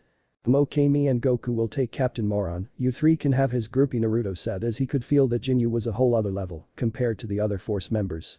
Yeah, that sounds great, it's just I have this thing to do, Vegeta said before flying off cackling like a lunatic. Damn it, you two go after him. Naruto yelled to Gohan and Krillin, knowing Vegeta was making a play for the Dragon Balls. What about you two? Krillin asked. Don't worry, I give this 3 minutes. 5 tops, Naruto said giving them a thumbs up before they took off. So I know the fox killed our comrades, but who are you? Jinyu asked Goku. I'm Goku and I'm here to stop you and your boss from hurting this planet and its people anymore, Goku said as he got into his martial arts stance. I need a fighting style, Naruto said with a pout, finding this cool. Plus the Namekian fighting style could only work with him so much due to the lack of stretchy arms. Which one do you want to take on, Captain? Jais asked as he powered up. I'll handle the fox. You take on the whatever this thing is, Jinyu said pointing at Goku. You charged it at Naruto who easily sidestepped his attacks, not giving the Jinyu force leader any time to score a hit on him. He caught hold of Jinyu's arm before bending it backwards, causing the purple-horned alien to cry out in pain before, as fist was shoved into his face, spraying blood from his nose and mouth. Naruto followed up with a spin kick across his face, sending him skidding over the ground. Milky cannon. Jinyu shouted, firing off a blast at Naruto, smacked the blast away without any trouble. Naruto appeared in front of Jinyu in the blink of an eye, driving his knee into the stomach several times, causing him to vomit up more blood. He then kicked him in the kneecap, breaking his leg. Arg! Jinyu screamed in pain while Naruto looked on with an impassive look. Naruto smirked, seeing Jinyu stepping back, his body racked with pain, unable to believe what was happening. Him, the strongest warrior in the Frieza Force serving under King Cold himself, was being easily overpowered by some kid. Hey, are you gonna try to fight back or just stand there? Cause it not, I'm just gonna leave. Naruto said in a bored tone, making Jinyu grind his teeth in anger. Tell you what, you get one free hit. Naruto said, holding out his arms. Go on, hit me. Or are you too much of it to do anything like your men were? Jinyu growled before he launched himself at Naruto, smashing his fist into the boy's chest, but Naruto didn't even budge from the ground he was standing on, shocking him as he looked over to Naruto, who shook his head. That was just sad. Naruto remarked. Just what in the hell are you? Jinyu growled out in anger at Naruto. Name's Naruto. Or if you'd prefer, you can call me your cause of death, Naruto said, smirking at the captain. Grrr. Jinyu growled furiously at the fact he was being mocked. Oh, what's the matter? Tired of getting your ass kicked? Or do you have a shift at a strip club to work considering your man thong? Naruto continued his mockery. You filthy animal. Jinyu growled as he rushed at Naruto with a punch. It connected to Naruto's face. And did nothing. I almost felt that one, Naruto said with a smirk as Jinyu looked in shock. What? Jinyu exclaimed. Why not check your little scouter and see how much of a difference there is between us, Naruto said with a smirk as he took a fighting stance. Jinyu did exactly that and gained a look of shock. 150,000. He exclaimed as Jinyu's power was only 120,000. Well, this is me still holding back a little. Which is why power levels are crap, Naruto said with a smirk. You. Gah. Jinyu shouted. You gonna keep throwing a tantrum or are we gonna end this? Jinyu glared at Naruto before he started to laugh. Good idea, he said before he punched himself in the chest, drawing blood. Look, I get you're a masochist, but this seems like an odd time and place to get off via pain, Naruto commented. Jinyu then took a stance and charged some energy over his entire body. Change now. He yelled as golden light fired from his mouth to hit Naruto. Or it would have had Goku not appeared and shoved Naruto away. Look out. He shouted before getting hit with the beam. The hell? Naruto shouted. He was confused why Goku intervened since he was fighting Jaice the whole time. Though looking at Jaice, the Force member looked like he had seen better days. Mainly due to the broken nose. Well, it's not exactly what I wanted, but this body will do quite nicely. Goku said with an evil smirk as Jaice flew beside him. Oh god fucking damn it, Naruto groaned as he now realized what the power Jinyu was gonna use on him was. You can switch bodies? Naruto questioned. Indeed, I haven't had to do this for quite a while, Jinyu answered in Goku's body. Then why the fuck haven't you just taken Frieza's body? Naruto pointed out. Because Lord Frieza isn't a fool like your dying friend down there, Jinyu said, pointing down at the ground where what looked Jinyu was holding his chest in pain. Well, in that case I'm sure I'll find a way to rip you out of his body as I beat you to near death, Naruto growled. Nothing you do will make me give up this body unless you want to offer up your own, Jinyu said. Really? Naruto said with a flat look.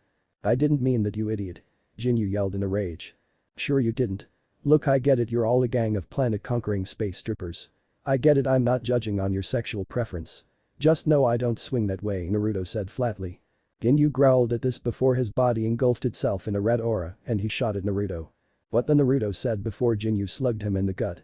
Jinyu then smirked as he slammed his fists down on his head, sending Naruto flying to the ground below next to Goku.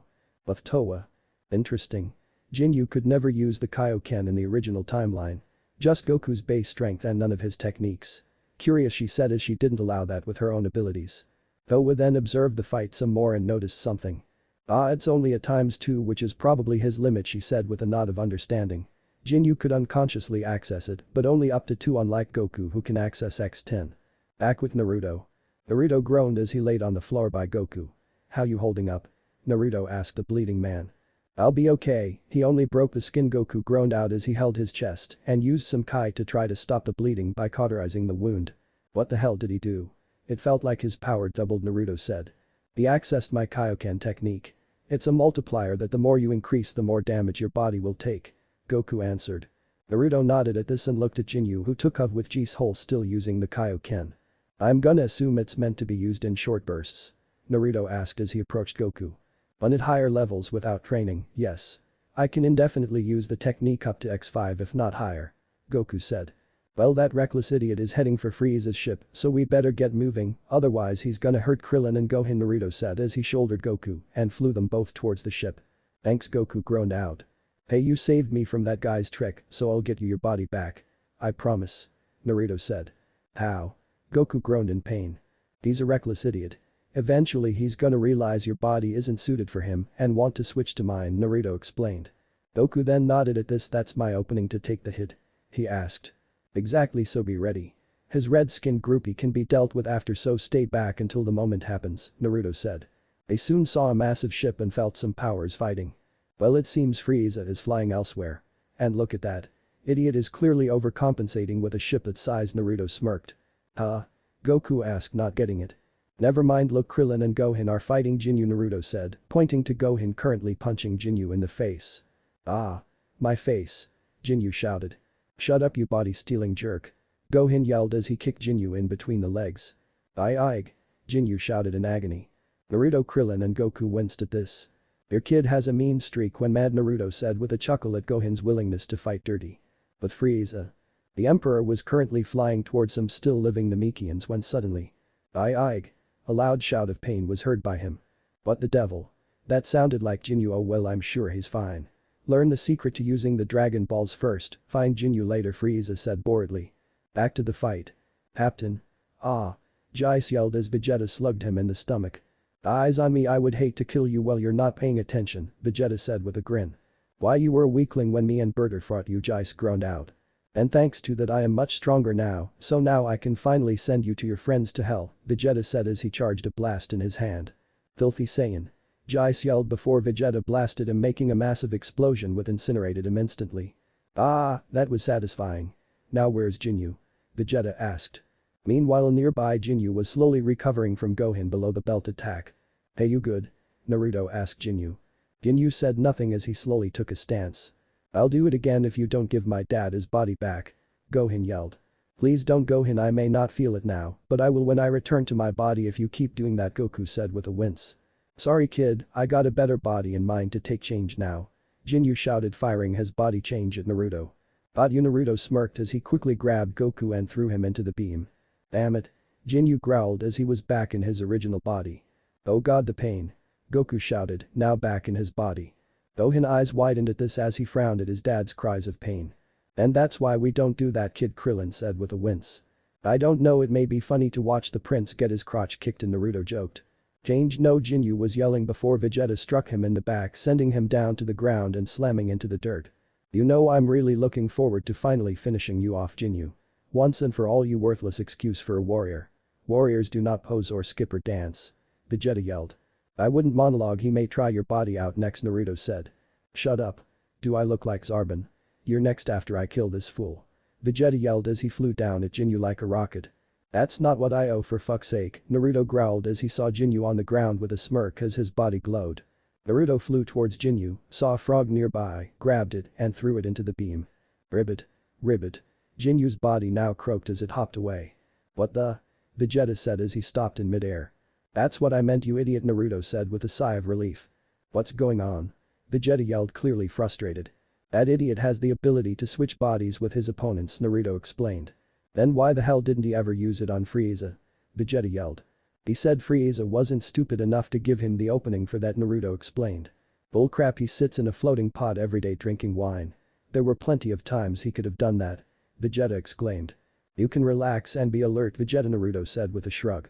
Oh yeah, the alien tyrant that can't sense energy without a scouter couldn't be taken by surprise, Vegeta griped. Wait, he's that powerful but doesn't know a basic move like that? Naruto asked in bewilderment. To be fair, none of his forces do. I didn't learn it until I left Earth, Vegeta said. Naruto, we have a problem. Krillin yelled to Naruto. Naruto looked at Krillin and Gohan and saw that Goku was on the floor. Looks like not only did Gohan hit him where no man should be hit, but he beat the crap out of him too, Naruto said. Oh, Gohan said sadly as he didn't mean to go that far. Kid, you need real training with that rage. Also, since no one else will say it, nice kick, Naruto said. We don't have any more senzu beans. How are we gonna heal him? Krillin asked as he let Goku rest on his shoulder. Vegeta sighed at this. Follow me, he said as he walked towards the ship. Oh, this ought to be interesting, Naruto said. Just follow me, mutt. Vegeta yelled over his shoulder as they all entered the ship. I'm a kitsune monkey. Naruto yelled in a rage. You dare use that slur against the Saiyan prince? Vegeta roared. Well, mud is the same for me. Naruto yelled. He's got you there, Vegeta, Gohan said with a nod. White half-breed. Baldy, bring the buffoon over to this pod, Vegeta said, gesturing to a medical pod. What's this thing? Naruto asked. It's a healing pod used on soldiers. Unfortunately, this is an older model one, so it'll take time to heal him, Vegeta explained. Well, it's better than nothing, Naruto said. I'm gonna need his help with fighting Frieza, so hurry up and toss him in, Vegeta. Wow, did hell freeze over? The great Prince Vegeta admitting to needing help, Naruto smirked. Don't misunderstand, this is a temporary alliance. Hopefully Frieza will be gone long enough that Kakarot will heal fully. Vegeta explained. Then we should leave the ship so it doesn't get caught in the crossfire, Gohan suggested. It wouldn't anyways. This is Frieza's personal ship. He cares more about it than his forces, Vegeta said. Okay, so you two can relax and rest up for the fight ahead, Naruto said to Krillin and Gohan as they loaded Goku into the healing pod. If you three are gonna help, then here. Vegeta said as he opened a panel revealing some Frieza Force armor. Well, it's better protection than a guy, Krillin admitted. Cool, Gohan said with a smile. No thanks, not my style, Naruto said, waving his hand. You sure? Pretty sure you could rock the shoulder pads, look, Krillin said. Yeah, I prefer what I have on, Naruto said. Alright, well, maybe you should bring it to Bulma then. She may be able to make some replica armor from it, Gohan suggested. I'll do that on Earth, I don't think she should be here if Frieza is coming back soon, Naruto said. Well, you should go check on her. She's been alone for a while, Krillin said. Okay, fine. I'll go check on her, Naruto said after some thought. As Naruto left, Krillin sighed in relief. Good, he can deal with her anger, he said. Krillin, why did you send Naruto off to Bulma? She's most likely mad that we left her alone so long, so sending Naruto makes the most sense, Krillin explained. Because she likes him? Gohan asked. Exactly, Krillin said with a nod. And this definitely isn't so she won't hit you or for the money she offered if you got her alone with Naruto. Gohan said, having heard that whispered conversation after meeting Naruto. I can neither confirm or deny that, Krillin admitted. With Naruto. Naruto soon approached the cave they left Bulma at and soon landed on the ground. Bulma. Mori. Naruto called out as he entered the cave and approached the capsule house. The door then burst open. Okay, you midget, you have a lot of nerve, leaving me alone. Oh hey, Naruto, Bulma said, realizing it wasn't Krillin, and set down the frying pan in her hand. Where are Mori and the kids? Naruto asked. Oh, they left. Something about going to some grand elder, Bulma said. Oh good, I was worried they were attacked or something, but them going to Guru is probably for the best. Naruto breathed a sigh of relief. No, I gave them tips on how to avoid people using scouters, Bulma said with a nod. Thanks for that, Naruto thanked her. No problem, so why are you here? Bulma asked. Well, for now we are waiting for Frieza to come to us, and Krillin said I should check on you, Naruto said as he entered the house along with Bulma. Thank you, Krillin. I'll give you 2 million zeni for this instead of 1, Bulma muttered to herself happily. Naruto saw a fresh pot of ramen on the stove and smiled at the smell. Sit down, we can talk and eat. I wanna know what's going on out there, Bulma said with a smile as she led Naruto to a table. Sure thing, Bulma, Naruto said as he sat down. An hour later. So Goku arrived, but he had his body switched with this Jinyu guy. Bulma asked as she took Naruto's empty bowl. Yeah, he's in a healing pod currently recovering from that whole mess, Naruto explained. And Gohan in a rage caved in his groin. Bulma asked, stifling a laugh. Well, he beat up the rest of his body, but yeah, that kid has real potential, Naruto said with a chuckle. Yeah, too bad his mom is so protective, Bulma said. Well, he is a kid, Naruto said with a shrug. Yeah, but so was Goku when he started fighting, Bulma said. So you would be okay with your kid fighting? Naruto asked with a raised eyebrow. Good point, Bulma said after a moment of thought. Naruto laughed at this. This is nice actually talking without you scaring me, he said. What, not used to girls hitting on you? Bulma asked with a smile. Actually no, you're the first to actually be interested in me. Ever. Naruto admitted. You're kidding, Bulma said with surprise on her face. No. I'm serious, Naruto said. What, did your old planet have a thing against foxes? Bulma asked curiously. Naruto paused at this before he sighed. Kinda, it's complicated, he said. Wanna talk about it? No worries, I don't want to pry, Bulma amended. She didn't want to seem nosy. Before Naruto could answer, he felt a massive amount of power nearby and looked at the exit. Frieza? Bulma asked. Yeah, I think he's on the wearing check. Naruto asked Bulma. Go ahead. And Naruto, Bulma said, getting him to look at her. Good luck, she said before kissing him on the cheek. Naruto blushed brightly at this. Thanks, he said with a nervous smile as he then ran out of the house. Bulma chuckled at this, glad she made some actual progress with Naruto. Who knew being subtle would work? She thought to herself. With Naruto. As Naruto flew towards where he felt Frieza's power, he felt it rise even more in a burst.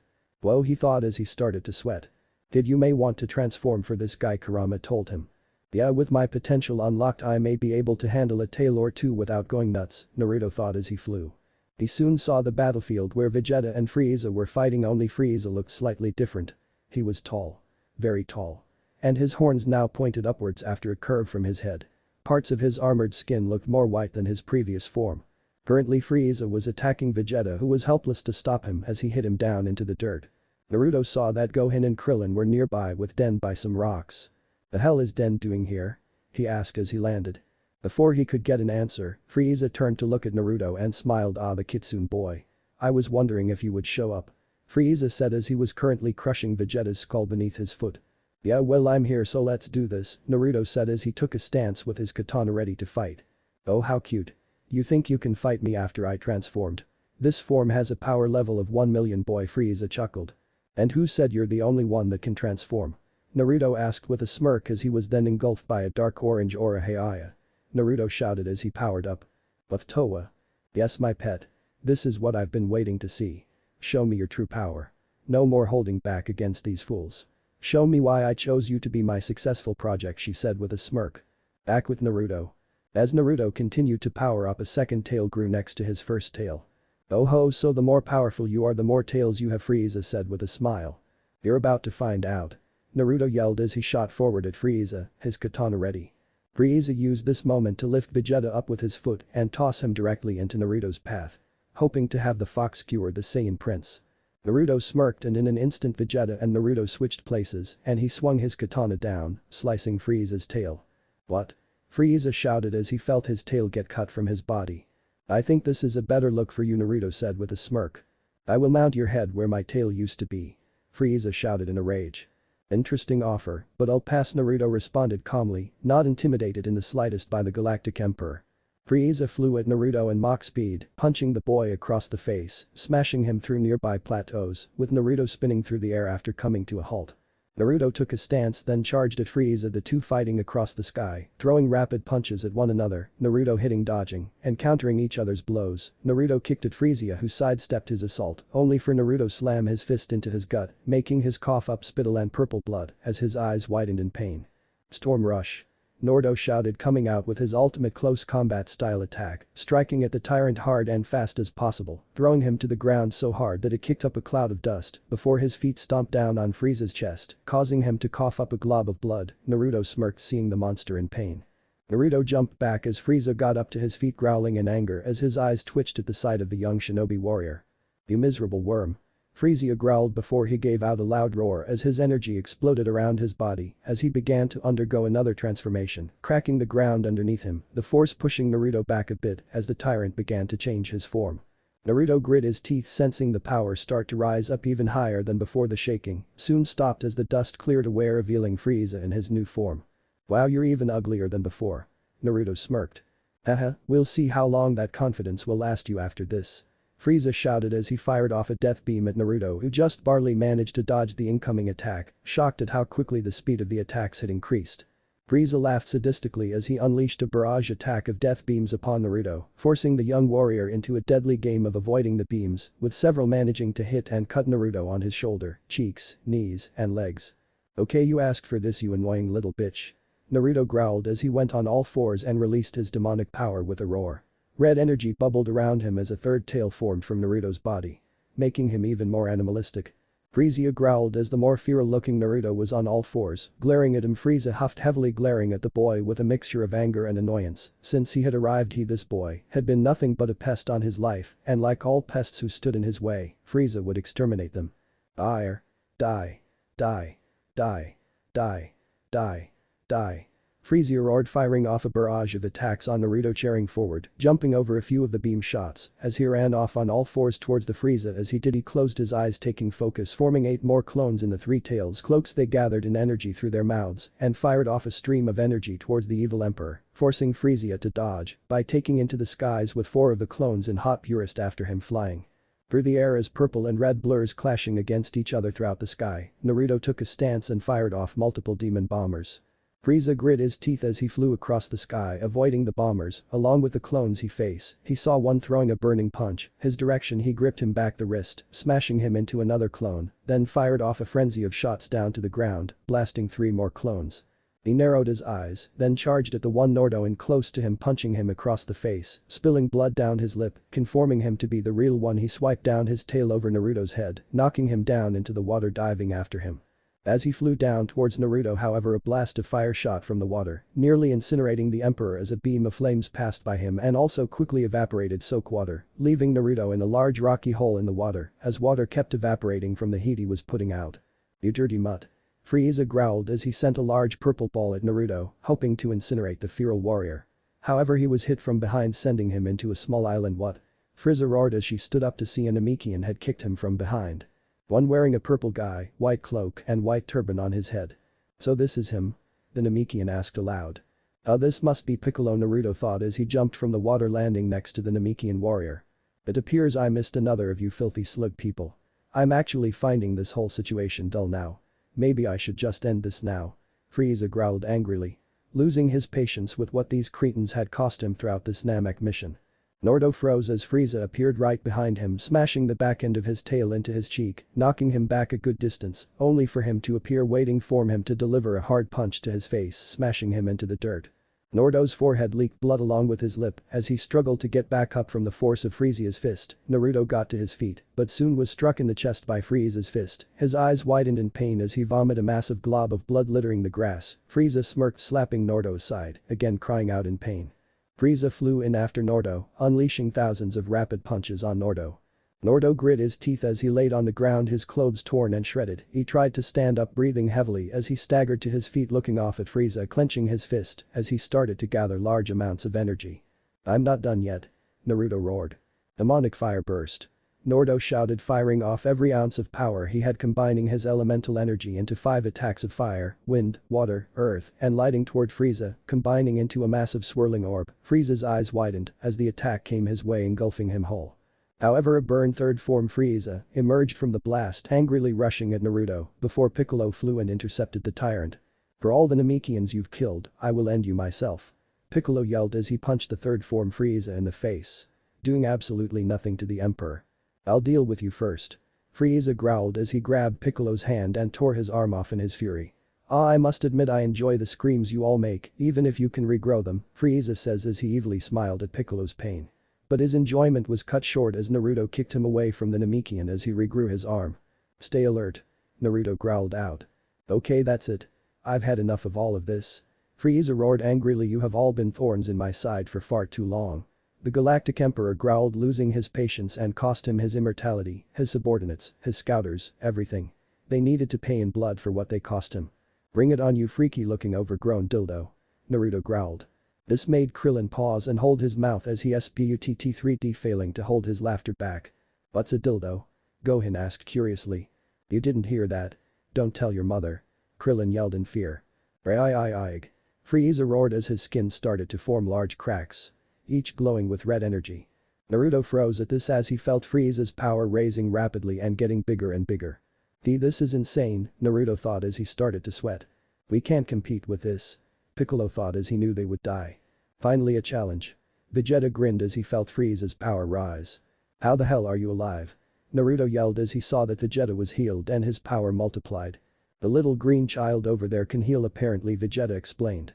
Frieza's eyes moved to look at Dan as he continued his transformation. "You fucking moron." Naruto yelled as he instantly flew to Dan just in case. "Mr. Piccolo, what should we do?" Gohan asked, flying over to his teacher who was still gaping at Frieza's power. He wanted to make sure he wasn't injured after Frieza ripped off his arm after all. "Gohan, there's honestly nothing we can do. He's unstoppable." Piccolo said in pure fear. He barely scratched Frieza's third form and now he had another one still. It was unbelievable. "You may feel like giving up, Mr. Negative, but I'm not giving up yet." Naruto growled out. "Can't believe I'm agreeing with the canine here, but it ain't over until we're all dead. And since I'm here that won't happen. It's Frieza's time to finally die. Once and for all." Vegeta shouted as he powered up and stood next to Naruto, ready to take out Frieza once and for all. "Can't believe you and I are gonna team up of all things," Naruto growled at Vegeta. "Hope you can keep up," Vegeta said with a grin. "I was gonna say the same thing," Naruto said with his own grin. Are they actually becoming friends? Krillin asked. Stranger things have happened, pet of Naruto, Piccolo said as he slowly calmed down. Krillin face planted at this. How do you even know about that? Krillin asked. Ugh. Frieza yelled as his body shattered and a bunch of dust kicked up, blinding everyone. Before anyone could react though, a beam shot from the dust and was unseen by all. Hitting Dend and causing an explosion. Just passing Naruto and Vegeta both. What? Naruto shouted as he turned around to see Dend's exploded corpse. There, now you can't heal anymore and cause me any more issues, Frieza's voice called as the dust cleared, revealing his new form. A mainly white sleek body with purple accents on his shoulders, ankles, chest and head. Naruto growled as his battle aura got bigger. You're dead. He roared as he shot at Frieza, his claws ready. Before he could even swing down on Frieza, the alien emperor slammed his fist in Naruto's gut. Gak. Naruto wheezed from the ouch. You have been amusing, little fox, but I am bored of you now, Frieza said as he pointed a finger at Naruto. Not giving up. Naruto growled in pain. I'll let you in on a little secret, this is only 5% of my full power, Frieza said with a cruel smile. Any last words, little fox? You look like a chick, Naruto grinned mockingly at the tyrant. Frieza fired his attack at Naruto, piercing his chest with a beam invisible to all. Gah. Naruto. Krillin and Gohan shouted in despair, watching their friend die. But Towa. Damn it. I swear they better not screw up in reviving him. I need him for my plans. Towa growled, watching this. Later. Naruto woke up and gasped as he shot up from a makeshift grave. Oh god, where am I? Is this hell? Naruto asked. You're still on Namek, you idiot. Kurama yelled at Naruto. Then why is everything on fire? Naruto asked his demon companion. The planet started shaking and the sky became dark. Questioned it later. Looks like the Dragon Balls are back. Kurama said. So they revived me? Naruto asked out loud as he looked at his hands. You're not the only one, Vegeta groaned as he got up and dusted himself off. So how was hell? Naruto asked curiously as he was sent to heaven before being brought back. It had a nice fountain of blood, Vegeta answered as he was there briefly. Before Naruto could respond, he felt some massive powers nearby. Whoa, who is that? He questioned. Looks like Kakarot and Frieza are almost equal now in power, Vegeta said, sensing their energy as he was more familiar with both of their signatures. Wait, Goku, is that strong? Naruto asked in surprise. Low-class bastard must have done it. He has become the legendary Super Saiyan, Vegeta said as started to move a bit. Super what now? Naruto asked cluelessly. Before Vegeta could respond, him and Naruto were engulfed in light and disappeared. Earth. The light cleared and Naruto and Vegeta landed on some grass. Well, Vegeta landed on grass. Naruto teleported above and hit his head on a tree branch as he fell to the ground. Oh god, my head. And I just came back to life. Naruto groaned as he held his head as he got up. Ha ha ha ha ha. Vegeta laughed at Naruto's pain. Joke on a sandpaper cock, prince. Naruto groaned before he was tackled into a hug by someone. Bulma? Naruto asked, recognizing her hair. You dumb asshole. She cried into his chest. Who told her I died? Naruto asked aloud, wanting to know who spilled the beans since he promised to come back safely. Me, Gohan said, raising his hand. Remind me to tell your mom you're a thug, Naruto said while Gohan paled. Anyways, what the hell happened? Last thing I remember was I was about to have a bowl of ramen in heaven and then I'm suddenly back to life, Naruto asked. We used the Dragon Balls of Earth to wait. Your heaven is you eating ramen? Bulma asked. No, I was in a generic multi-person heaven that had free ramen. Some big red demon-looking guy with a suit said I'd be there briefly, Naruto said with a shrug, not knowing what he meant at the time. And just when he was about to take his first bite of the heavenly bowl. That just raises further questions. Bulma yelled. Speaking of questions, hey Vegeta, what was the food situation in hell? Naruto asked. There is none, Vegeta answered as he sat against the tree Naruto hit earlier. Ha. That's what you get for being a shithead. Naruto said with a laugh. Greetings, young Naruto guru said, getting Naruto's attention. Gramps, you're alive again. Naruto cheered, trying to walk over to him. Unfortunately, Bulma was literally still hugging and holding him, preventing him from moving. Bulma, he's alive, so let him go, Gohan said. No. Bulma shouted. Bulma, come on. Gohan told her. I will tell your mother everything you did on Namek. Bulma shouted. I'm out.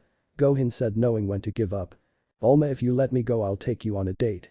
Naruto yelled, feeling desperate. Deal. She shouted, letting him go. Thank you for the help, Gohan. She said to the 5-year-old. Naruto didn't say anything but his eyebrow twitched. Ha. Outsmarted by a child and a woman. Vegeta laughed. I hope you have a woman after you on this planet. Naruto yelled at Vegeta. Like any earthling is worthy of me, Vegeta responded with a smirk. Young Naruto, I'm glad you were brought back and that I could talk to you again before I pass on, Guru said with a smile as the other Namekians gathered around him. What? Gramps, don't joke like that, you'll be fine. Naruto said as he approached the man who gave him a home with his people and helped him learn so much from the Namekians. I am sorry to you, young Naruto, and to all of my children as well, but my time is at an end. It is almost time for me to finally pass on. But I have some final words for you all before I eternally sleep, Guru said with a sad smile as he was clearly fading fast. Don't talk like that, Gramps. Naruto was cut off. Naruto let him say his final words, Piccolo said as he stood by him, placing a hand on Naruto's shoulder. To Naruto his form transitioned into Nail and then back to Piccolo in a blink. But to Naruto his eyes widened and he nodded as tears ran down his eyes looking at Guru. I have lived a long and full life. Watching my children persevere through hardships with pride. The great drought, the space pirates, the cabbage-eating space bugs, and this will be no different. You are all strong and powerful in your own ways. Be they martial, mystical, or emotional. Though this is a tragedy of losing our planet, you will all rebuild as you are all sons of Namek. It matters not if the planet is gone, just that you all live is enough of a victory. Even if some were unable to be revived, he said looking over at Vegeta who smirked, you must all move on and you shall be able to under your new guardian. Murray, come forth, Guru beckoned the elder Namek before transferring his energy to him. I name you the new Grand Elder of the Namekians, you will lead our people well. I am sure of it. He said with a smile. Thank you, Lord Guru. I will uphold your wishes with honor, he cried out. And now, young Naruto, you have grown into a fine warrior from the day we met. You have embraced our peaceful ways, but also fought to defend every Namekian man and child to your very last breath. Even beyond it in this case. You helped save countless lives in the face of an incredibly powerful threat and never once backed down. I am proud to call you an honorary Namekian and even an honorary son of mine. Even if you don't stay with the Namekians, always remember you will have a place with them. Guru said with a smile to the crying Naruto. Thanks Gramps, Naruto cried out. And now my time has come. I will see you all one day, but hopefully not anytime soon. Guru said as he breathed one last time and vanished before them all. So what are you gonna do now that you're here on Earth? Gohan asked Naruto as they all calmed. I have no idea, I didn't think that far ahead, Naruto admitted. Well, you can stay with me at my place, everyone else is staying with me, so you can too, Bulma said. You have a big enough place? Naruto asked with a raised eyebrow. Naruto, her parents are the richest people on the planet, Gohan said with a smile. No wonder she's a brat, Kurama said with a smile. Quiet you, I accept, Naruto said to Bulma. But though there may not be enough beds, so you and I may have to share, Bulma. Don't push it, Naruto said flatly. Party pooper, Bulma said with a mock pout. How are we gonna get everyone there? Naruto asked Bulma. I took care of that already. Should be here in 3, 2, 1. Bulma said, counting down as a large cargo plane appeared. Gohan. A female voice yelled from the big plane that appeared above them and was preparing to land.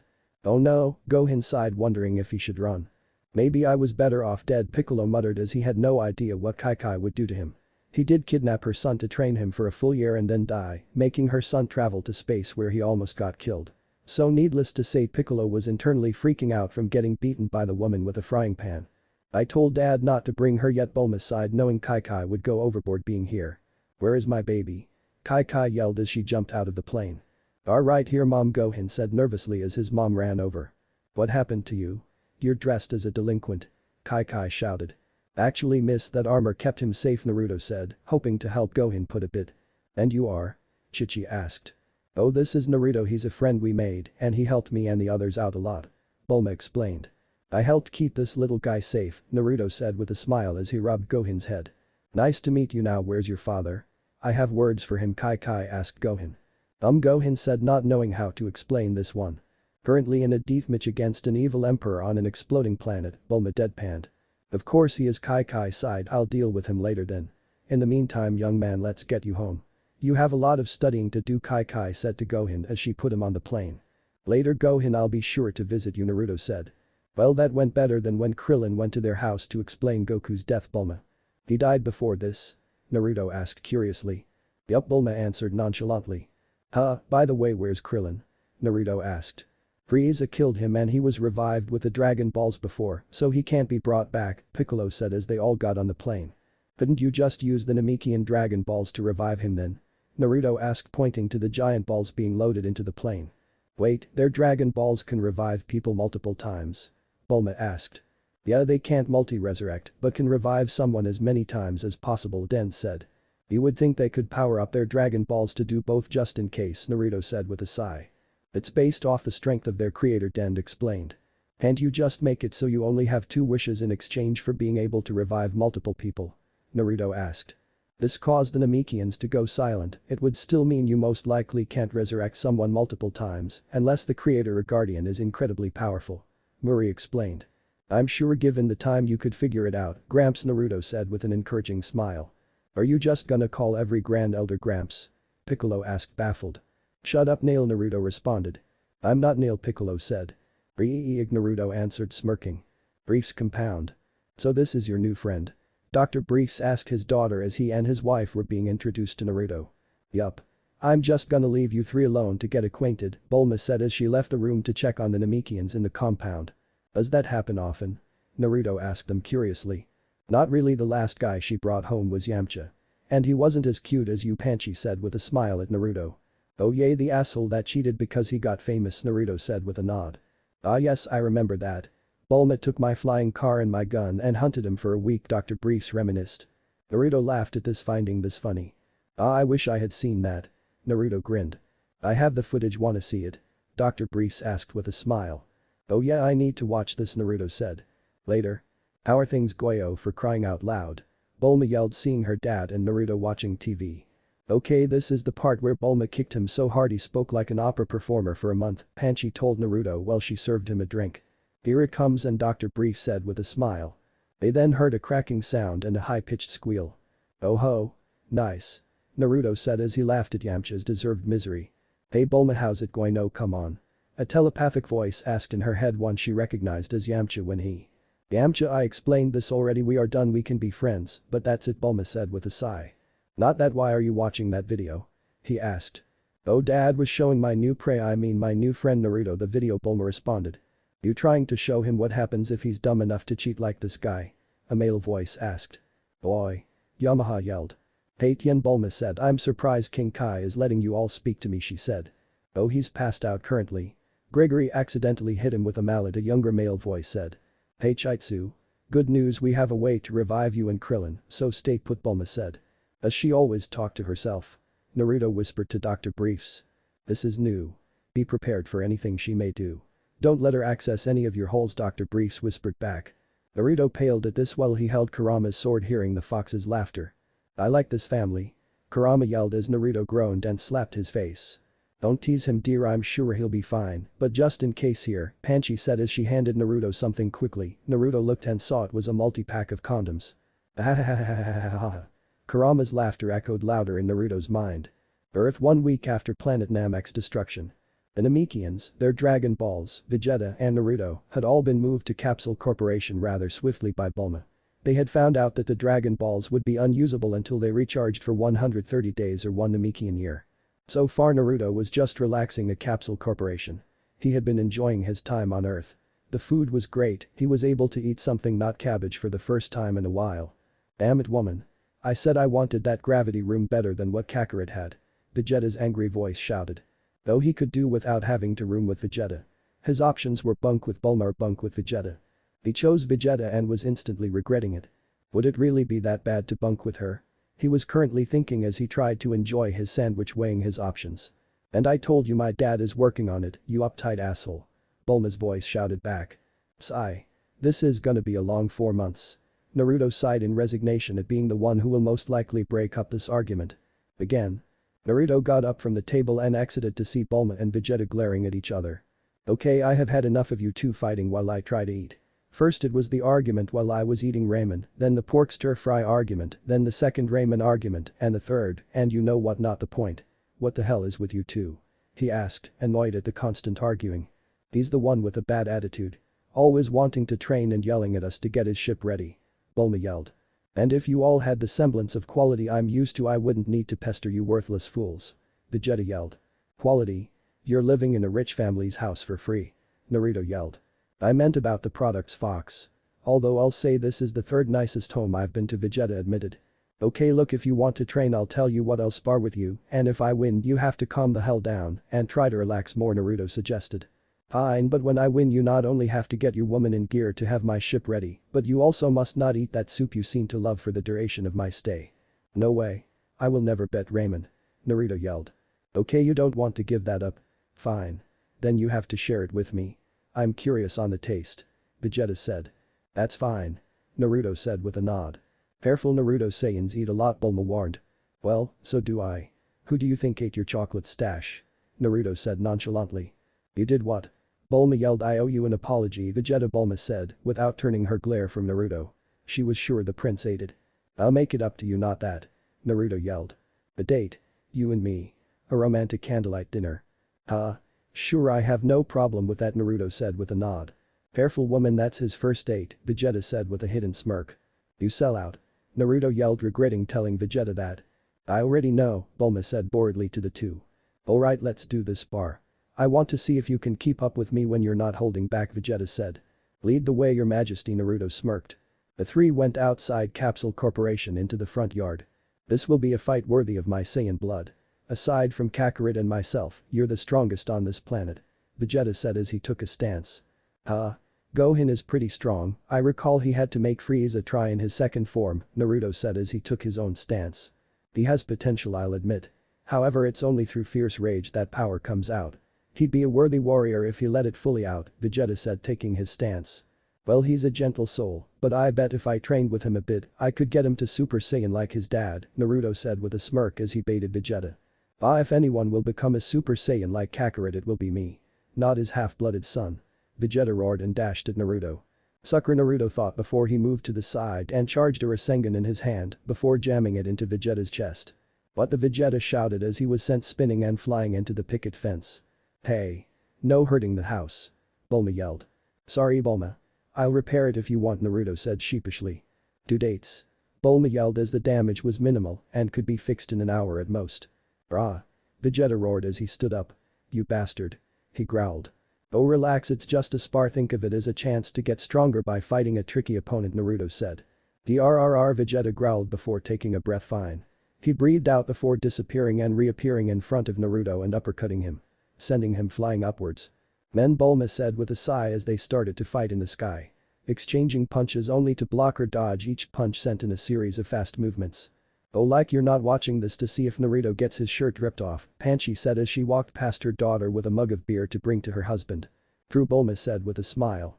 Maybe if you were a little more subtle, Naruto would take your attempts to start a relationship seriously. He seems like a kind boy and not a horn dog like Yamcha. Panchi said.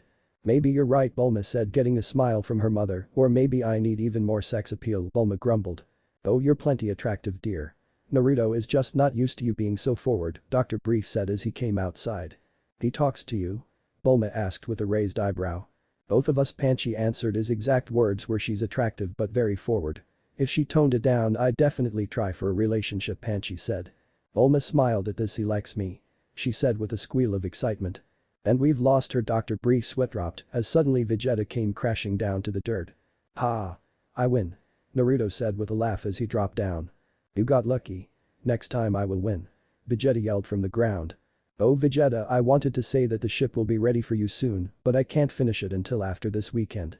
My other daughter is finally visiting, Dr. Brief said. Tights is coming to visit? Bulma asked. You have a sister and she's named Tights? Naruto asked with a raised eyebrow at the name. Hush, Bulma said. That's fine, doctor, I can wait. Vegeta said, still on the ground. You're not screaming in rage? Bulma asked, confused. I made a bet with your mate, so I will adhere to it. As the Prince of Saiyans, my word is my bond. Vegeta said. Yup, try to relax, maybe Tights is your type, Naruto said. You just don't potentially want to deal with two of her, don't you? Vegeta asked, gesturing towards Bulma. Nah, I just figured you would like to find someone, Naruto said. She probably would want to meet both of you. She's a science fiction book writer, so you two being aliens will probably have some stories for inspiration. Mainly Vegeta, Bulma said. Yeah, I have been to a total of 3 planets, while Vegeta has more under his belt, Naruto said with a nod of agreement. I did destroy many planets, Vegeta said as he had stepped foot on many of them that he destroyed. Like Arlia. He hated Arlia. Anyways, I'd love to talk more about this, but I have plans tonight now with Naruto and have to get ready, Bulma said as she skipped happily off. Should I be concerned? Naruto asked Dr. Briefs, Panchi, and Vegeta. Probably not. I told her to pull back a bit, Dr. Briefs said. Still, bring a helmet, Panchi said with a smile. And don't let her access any holes, Vegeta said, still embedded in the ground. No more Earth comedy for you, Naruto said as he walked off grumbling. Earth comedy? I was referring to an old Frieza Force member's last date. Vegeta said as he got up. Zarbon? Naruto asked with a flat look. Vegeta nodded at this. Naruto said nothing before he laughed. Knew what he said. Everyone did. We were taking bets on the guy's name. Pretty sure Frieza was closest to learning it, but we never did find out before Kakarot wasted him. Vegeta said. So what's your plan for your date, dear? Panchi asked Naruto. Bulma said a fancy restaurant with candles. Naruto said. Oh, do you have a tuxedo? Panchi asked. I can loan you old one of mine, Dr. Brief said. Thanks doctor, but I don't think it'll fit me, Naruto said as they were two very differing heights. My boy, I wasn't always an old man, plus I can have it tailored if needed. Follow me, Dr. Brief said. Do you have any extras? Vegeta asked, getting everyone's attention. I saw one on the picture screen the other day. It looked kind of like a good style of clothing, Vegeta admitted. He liked the style okay. At least for non-armored clothing. Later. Naruto was in the living room waiting for Bulma in a black tuxedo. Sorry to keep you waiting, Naruto. Bulma's voice sounded as he turned to her coming down a flight of stairs as his jaw dropped. She was wearing a burnt orange strapless dress with a slit in the side of the leg, along with matching high heels and purse. Wow. You clean up great, Naruto, Bulma said, looking him over. Yeah, your mom said to go all out when I go out with you, Naruto said with a chuckle as he regained his composure after seeing Bulma's dress. Well, she was right. You look amazing, she said. So do you, Naruto said without thinking. Bulma grinned happily at that. We should go, I have a limo out front to take us to the restaurant for our reservation, Bulma said as she had spent a lot of today renting out a restaurant for this date, along with getting herself ready. She was part of the richest family on Earth, so she had easy ways to get reservations. Wow. I can't wait to see this place, Naruto said, impressed by how all out she was going. Bulma smiled at this before she and Naruto exited the building and got into the limo. To Golden Way please, Bulma told her driver as the limo started to hover and drive to said restaurant. Later at the restaurant. Naruto and Bulma were outside sitting at a table on a balcony with candles lit throughout the balcony, illuminating the area. Right now Bulma was telling him about her first adventure with Goku. So you hit him with your car and shot him in the face? Naruto asked, chuckling. Yup, that's how I met Goku. Bulma said as she was recounting every detail of her previous adventures with Goku when he was a boy. That is amazing. I can't believe how much you traveled and what you faced when you were 14. Naruto said with a smile. Bulma smiled before frowning, saying, Naruto, remember on Namek when we were talking before you went to face Frieza? She asked the foxy alien. Yeah, I remember, Naruto said as he had an inkling he knew what she was gonna ask and mentally steeled himself. I had asked about what your life was like on your planet for you. I didn't want to pry and you left to face Frieza before I got any answers, but I would like to know. After you died I was upset and now I want to know in case something happens again, Bulma said with her frown and a pleading look in her eyes. Bulma, it's okay. I'll tell you, Naruto said as he had planned to originally tell her then at the time. But planning to and doing it are two different things. It all started the day I was born. Naruto started to explain every detail of his life he could. From the day his parents died to when he appeared on Namek. Including the pain and suffering he went through as a child. One explanation later. And that's the last thing I remember from my planet before I suddenly woke up on Namek, Naruto finished. Bulma looked at Naruto and gripped her glass as she grit her teeth. Naruto, your home was a shithole, she said angrily, trying to hold back her fury. But Naruto was cut off. No. No buts. They treated you as a child like a monster for simply existing. You sacrificed so much for that hellhole. And they only treated you like a human after you saved them from pain. That is utter bullshit. You saved them multiple times beforehand. She growled. Okay, calm down, Bulma, it's okay. I've gotten over it, Naruto said, trying to placate her. Bulma took a breath and downed her glass of wine to calm herself. Okay, I won't say anything for right now, but you and I will be discussing this another time. Make no mistake about that, Bulma said seriously. She wasn't gonna drop this instantly. No way in hell. Naruto chuckled at this. I like it when you're fiery, he said. Bulma blushed and grinned happily at this, while making a mental note to express her fire more often around Naruto. Oh, can you tell me anything about Piccolo? I want to learn of his time on Earth since I stayed with Namekians and wanted to know what his experience was like, Naruto asked Bulma to change the subject. The two continued to chat and talk the night away on this date. Weeks later. Naruto was flying towards Mount Paozu to the home of Goku, Gohan, and Kai Kai. He was flying there to gather them for the revival of Goku and Krillin with the newly recharged Dragon Balls. Now where is that house? He asked himself. He had gone himself rather than having Bulma call Kai Kai as he wished to get some fresh air as well as get more familiar with other locations aside from the city. And also so he stayed out of Vegeta's way while he was training. Break a gravity chamber one time and suddenly Vegeta hates you. It was an accident, damn it. And Vegeta was mad at him for messing with him, and Tights, who acted, moved into the city. Apparently Vegeta no longer stayed in the same room as him in Capsule Corporation. Because apparently Tights moved him into her bedroom. She claims so she has inspiration nearby for her novels and that he was staying on a couch in there. Naruto chuckled at the memory of when Vegeta met Tights. They were fighting worse than normally during a spar, and Vegeta was sent to the ground by Naruto, and he ended up skipping from the ground like a stone. And right into Tights. Not hard enough for anything damaging to either of them. Though he did find it funny that Vegeta hit him harder when he thought he hurt Tights when he crashed into her. Or it was angered embarrassment when Vegeta's head landed in her chest. Either way, a fun day regardless. Anyways, Naruto landed at the house of the Sun family. Naruto landed at the front door, which soon burst open as what looked like an older man was suddenly sent flying through it. Naruto instantly jumped to the side as the man passed him and smashed into a tree. And stay out. Kai was heard shouting as she went to the door. You can't treat me like this. Just cause your worthless husband abandoned both of you. The man shouted. Hey Chichi, do you want me to rip out this idiot's heart? Naruto asked with a raised eyebrow. Chichi then growled as she pulled out a kitchen knife. No Naruto, I have it. Gohan is inside.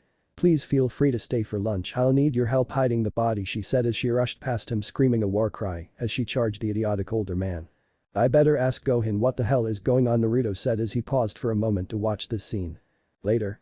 Naruto was now inside the Sun house sitting at a table as Kai served Gohan and Naruto some food. So what brings you here? Kai asked. Bulma wanted me to get you too, so we can revive Goku and Krillin with the Dragon Balls, since they're ready. Naruto answered as he ate a sandwich. Oh, has it been 3 months already? Kai asked with a smile as she sat down at the table. Yeah, it's been a busy few months, but we figured Gohan should be able to train with his dad when he's revived. Naruto said as Kai glared at him. Now hold on, let me at least explain before you bite my head off, Naruto said holding up his hands. Kai glared at Naruto for a moment before she nodded, since she knew Naruto at least had some brains, so his opinion was somewhat valid. Mainly cause he wasn't a former villain, a pervert, or a combination of the two. Okay, look, I have met a lot of strong people, and you know what the best ones had in common? Naruto asked Kai and Gohan. Gohan shrugged at this, showing he didn't know, while Kai said nothing. They were both strong and smart. Heck, one of the people I saw as a grandfather was known as the professor to his enemies due to his knowledge, Naruto started to say. Wait, they have fighters that are actually that smart? Kai asked with an inquiring look. My world was constantly in wars throughout time. We needed brains as well as brawn, Naruto explained. How smart could a world of war be? Kai scoffed. My Bachan was a doctor and could punch a mountain to dust with one punch. My mother was a renowned warrior that struck terror into her enemies with a look and was in the running to become village leader along with my father. Naruto answered by recalling Tsunade and the things he learned of his mother from Kurama. Kai eyes widened at this as she knew Naruto wasn't a liar, so you feel Gohan could do both and have a decent balance? She asked. Yes, but I could also just teach him my clone technique. Everything they learn he learns, Naruto said. Sold. If you teach him that, then Gohan can train as much as he wants, as long as he leaves clones to study, Kai said with a bright smile. Deal. Alright Gohan, after we revive your dad and Krillin, I'll teach you to use shadow clones, Naruto told the boy as he knew what Gohan did with his power was his choice, but that he deserves an actual choice. Gohan nodded at this. Why do you want to help me get stronger? He asked curiously. Naruto chuckled at this. Well, I have a small bet with Vegeta that if I train with you, I can get you to become a Super Saiyan before him, he said. That's it? Gohan asked with a sweat drop. I bet if you make it before him that he has to be nice to Bulma for 3 months, Naruto said. Oh geez, what did he ask for your side of the bet? Gohan asked. I give up Ramen for a year, so you better train hard, Naruto said with a grin. I feel very scared at the moment, Gohan admitted. There was another reason. Naruto started to say, getting both Gohan and Kai's attention. I can see that you're being pulled in 2 different directions. You don't like to fight but wish to protect others. You don't mind learning and studying but also wish to still train your body. I can honestly say that if this continued you would probably struggle with what direction to go. I want to give you a choice at least. So that you can choose your own path. Naruto told Gohan. Gohan smiled at this before he nodded at Naruto. So how we gonna get to Capsule Corporation? He asked. Don't worry, Bulma gave me a capsule for flying you there and your mom and your dad too, Kai, Naruto said. You learned to drive? Kai asked. Yeah, Bulma is a good teacher. Naruto said with a smile. So you two official yet? Kai asked with a smile. Naruto blushed at this but slowly nodded. Yes, I win the pool. Kai shouted happily as her eyes became zany signs. There was a pool. Naruto asked with a deadpan tone. Yup, me, Daddy, Dr. Briefs, Panchi, and Rashi all had a pool going to see when you two would get together, and I just won. Kai cheered happily. Glad I could help with your bills, Naruto said as he sighed. I can now buy bulk meat for Goku when he's revived. Kai shied. Better have a freezer the size of a army base, Naruto said with a chuckle. You make it sound like there'd be any left, Gohan said as his father and himself ate a lot. Naruto laughed at this as he nodded. Okay, let's head back to Capsule Corporation before Bulma calls me, Naruto said as he opened the door for the two and pulled out the capsule containing the hover car before opening it, revealing a black hover car decorated with orange lightning bolts. Later, Naruto parked his hover car in front of Capsule Corporation after having picked up Kai, Gohan, and stopping to get Ox King as well. You're late. Bulma yelled as she came out to greet them. Sorry, we had a little issue to deal with, Naruto said in regards to Gohan's former tutor. Ah, so did you convince her to let you train Gohan or did you meet her frying pan? Bulma asked with a smile. I offered to teach him my clone technique and she agreed, Naruto said. That's my man negotiating and avoiding pain, Bulma said with a smile as she hugged Naruto's arm. Oh, you two are so cute. And that reminds me, you all owe me money. Kai shouted at Rashi, Panchi, Dr. Briefs and her father. How much do we owe? Panchi asked, not able to remember the agreed upon amount. I'm glad they're together, but one more week and I would have won, Dr. Brief sighed. True love doesn't wait for bets, Gramps, Naruto said with a smile as he held Bulma's hand. You do realize I'll be your father-in-law when you inevitably get together, right? Dr. Briefs deadpanned. I say Gramps with love and you know that, Naruto. Yeah, he could be Vegeta and sleep with tights after an argument, Bulma said as she rolled her eyes. Can we not bring that up, Dr. Brief sulked. Yeah, we all lost money on that bet, Rashi said. Except for me, Naruto smirked as he did bet when those two would get together. And won 100,000 zeni from it. Okay, let's do this, we have friends to revive, Bulma said as the group gathered around the Dragon Balls with the Namekians. Is it smart to summon the dragon in broad daylight in the middle of a city? Gohan asked, but before he got an answer, Den summoned Purunga and the sky darkened.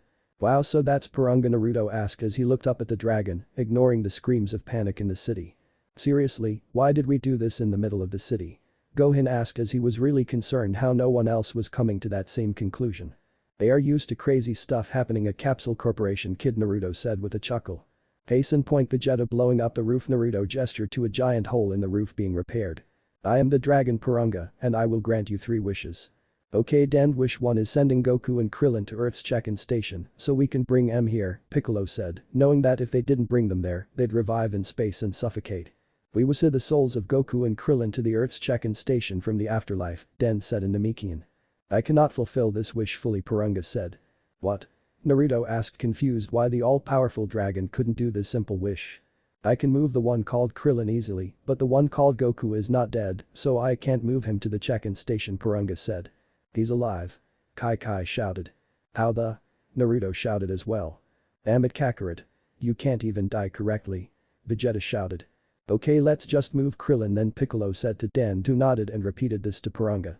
Very well, it's been done, the one called Krillin is now at the Earth check-in station. What is your next wish? Purunga asked. Next we revive Krillin, Piccolo said. After that let's bring Goku here and we'll wait 4 months to revive the others, Piccolo said. One translation from Den and Krillin appeared in front of them all. Oh, I'm alive now. Oh, thank Kami. Krillin said happily as he got his bearings. I'm sorry but I can't bring Goku here since he said not to do it, Purunga said. What? Kai yelled. Bullshit. Vegeta shouted angrily. Well, I don't blame him. He may be a Super Saiyan now, but even he can't defeat his wife, Rashi said before having a frying pan thrown at him. Where'd she keep that? Naruto asked, confused. Well, I suppose we could revive one of our friends instead, Bulma said. Worry walked over to Naruto to say something. What's up, Gramps? Naruto asked. We powered up the Dragon Balls while staying here so you can revive multiple people at once, so please feel free to bring back all of your friends at once. We can wait another Namekian year before finding a new world, Murray said to Bulma. Bulma smiled at this before she nodded. We wish back those who were killed by the Saiyans Vegeta and Nappa, she said. And nodded before he told Purunga the wish. I would hide, buddy, Naruto said to Vegeta. I will not hide from weaklings, and since when are we buddies? Vegeta asked. Since you started sticking it to my girlfriend's sister. Brother-in-law, Naruto said with a smirk. This is punishment for all the innocents I slaughtered, isn't it? Vegeta asked to the sky. Hey, you could do worse for a brother, Bulma said. I suppose it's better than Kakarot or Raditz, Vegeta admitted. Soon Yamcha, Tien, and Chiatsu appeared in front of them. Alright, I'm back, oof. Yamcha was saying until Naruto kicked him in the gut. Naruto. Bulma shouted. What? I said I'd kick him when he was revived. He cheated on you, honey, Naruto defended himself. Yeah, but I was gonna kick him. With heels, Bulma said. Vegeta meanwhile was just laughing his ass off watching this. So you're Naruto? Yamcha groaned from the ground. Yup, nice to meet you, playboy, Naruto smirked. I deserve that, Yamcha groaned. Well, at least you admitted. I'll tell you what, you be decent to me and I'll be decent to you. Sound fair? Naruto asked as he didn't want to make a new enemy. I say kick him again. Vegeta shouted after hearing that. He likes seeing weaklings in pain after all. So I see Vegeta's on Earth now, Tien said, glaring at the Saiyan who had his partner slaughter them. But a problem, Triclops? Vegeta asked with his own glare. Vegeta, you said you would play nice, Naruto said. I said I'd play nice with you, woman. I never said anything about these peons, Vegeta responded. Look, as long as it's only verbal it's cool. The second you guys start throwing fists I'll knock you out, Naruto told them. Why? You have literally no stakes if they fight, Chiatsu pointed out. Bulma made me head of security for Capsule Corporation. Naruto explained. WND, why should I listen to you? Vegeta asked. If you don't I'll tell Tights and she can make you stop, Naruto said while Vegeta paled. I like not having things inserted, so message received, he said, still paling. I so didn't need to hear that, Bulma said, shuddering. Inserted? Gohan asked. We'll explain it when you're older or never. Krillin said quickly. Your wishes have been granted. Farewell. Porunga said as he started to recede back into the Dragon Balls. See you in 4 months. Naruto shouted to the dragon as it disappeared. Well, not that this hasn't been fun, but I have things to do, Vegeta said as he started walking away. Oh come on Vegeta, we have a big meal planned, and Tight said if you don't show up then she's the man tonight, Naruto said with a smirk. I will join and take care of my plans tomorrow, paling, Vegeta stated. Let's get this feast on the way then. Especially since we don't need to feed Goku, Bulma said, knowing he would eat his own feast by himself. Or 15 feasts. Depending on the day. There was much feasting done that day. The next day. Naruto awoke from the floor of the dining hall. The feast was a large success until everyone all passed out from food comas. Except for Vegeta. He was dragged off by Tights as the feast was winding down. The dining hall had several Namekians strewn about. Rashi was sleeping half embedded into a wall. Yamcha was upside down stuck to the chandelier. What the hell was in that food? Naruto groaned. I don't know. Ow, but wow, what a party. Naruto looked to see Bulma cuddling into his side. His arm wedged between her breasts. Bulma? Naruto asked with a blush. Relax, we didn't do anything. Although I suspect the chefs accidentally put my dad's sleeping medication in all the food again, Bulma said. You need better chefs, honey, Naruto said with a sigh. Nah, they're usually good. Chances are it was one playing a little prank, but without realizing how many would be at this party. Bulma waved it off. If you say so, Naruto shrugged before trying to get up but found himself unable to get up due to Bulma still latching on to him. Bulma, I need to get up, Naruto said to his girlfriend. No you don't, Bulma said. Babe, I wanted to go training with Gohan a bit, Naruto said. Yeah, I don't see that happening, Bulma said as she pointed at Gohan, who was currently passed out on the table. What the hell happened in here? Vegeta asked as he entered the room, getting Naruto and Bulma's attention. Why are you missing a shirt? Naruto asked the Saiyan prince. Vegeta said nothing as he turned to Bulma. I saw that my ship is ready, so I'll be leaving soon, he said. Leaving? Bulma and Naruto asked confused. I need to go find Kakarot. I refuse to sit here and let that fool get stronger in space. Vegeta explained. Geez, you have such a hate boner for the guy. Naruto rolled his eyes. Whatever. You want to come with me? I could use a sparring partner, Vegeta asked Naruto. Naruto took a moment to think on this. But Towa. He better not leave Earth yet. I can't allow him to get too strong too fast, Towa said, looking at her crystal ball. If he left for space it could ruin her plans. Especially if he encountered evidence of Bu or Beerus before he's ready. It could unravel all her machinations. Back with Naruto. I'm gonna have to pass, Vegeta. I promised to train Gohan. Plus I want to try training the others and make them stronger. Naruto answered. Ahem, Bulma coughed out. And also I can't leave my girlfriend while gallivanting in space, Naruto answered quickly. Fa. Letting a woman control you, Vegeta shook his head. What's this I hear about you leaving Earth? Tights yelled from another room. Oh, look at the time. I have to go. Vegeta said, running the hell out. He will be back, Naruto said with a smile and a chuckle. What makes you think that? Bulma said. He has no allies off Earth, plus I think we are growing on him, Naruto said. And also cause Tights will hunt him through space, Bulma said. The Saiyans tend to like women like that, I suppose, Naruto shrugged. That explains so much, Bulma said aloud. Well, since they others won't be up for a while, how about me and you go out for breakfast? Naruto asked as he finally got up. Sounds great. Let's go, Bulma said excited. But Towa. Oh, thank goodness that woman is keeping him on Earth, Towa said with a relieved sigh before chuckling. When my pet is ready to help me with my plans, I'll let him keep her around, she giggled. A few days later. Out in the wilderness where Gohan was trained by Piccolo, said Namekian was meditating on a rock. Hey Nail. Naruto's voice greeted as he landed next to the Namekian. I'm Piccolo. When Nail fused with me I was the dominant personality, Piccolo said, still meditating. Oh, I know. It's just fun to call you Nail, Naruto said with a smirk. What brings you here, Naruto? Piccolo asked, sounding amused. I asked Gohan, Yamcha, Krillin, Tien and Chiaotzu to meet me here, Naruto explained. Great, now I need to find a new wasteland to train in. That's the 5th one this week. Piccolo groaned, irritated. Do you know how hard it is to find wastelands that suit my needs? He asked. Oh, relax, see, I wanted to have us all train together and try to get stronger together, Naruto said to the Namekian warrior. You think you can make humans stronger? Piccolo asked with a raised eyebrow. Absolutely. Anyone can become stronger if they put in the effort, Naruto answered determinedly. Now this I have to see, Piccolo said as he stopped his meditation. Soon Gohan arrived along with the others. Hey, what's up, Naruto? I have a date tonight that I need to get ready for, Krillin asked. Really? Well, I'm happy for you. Don't screw it up, Naruto chuckled out to the bald monk. Oh, come on. Krillin groaned. I'm sure you'll be fine, Krillin. Just don't pull a Yamcha, Chiaotzu said with a grin. Really? Yamcha groaned. You had that coming, Tien said to Yamcha. Well, anyway, I called you all here because I wanted to ask you all if you wish to get stronger. I want to help you guys reach heights beyond even Frieza, Naruto told them.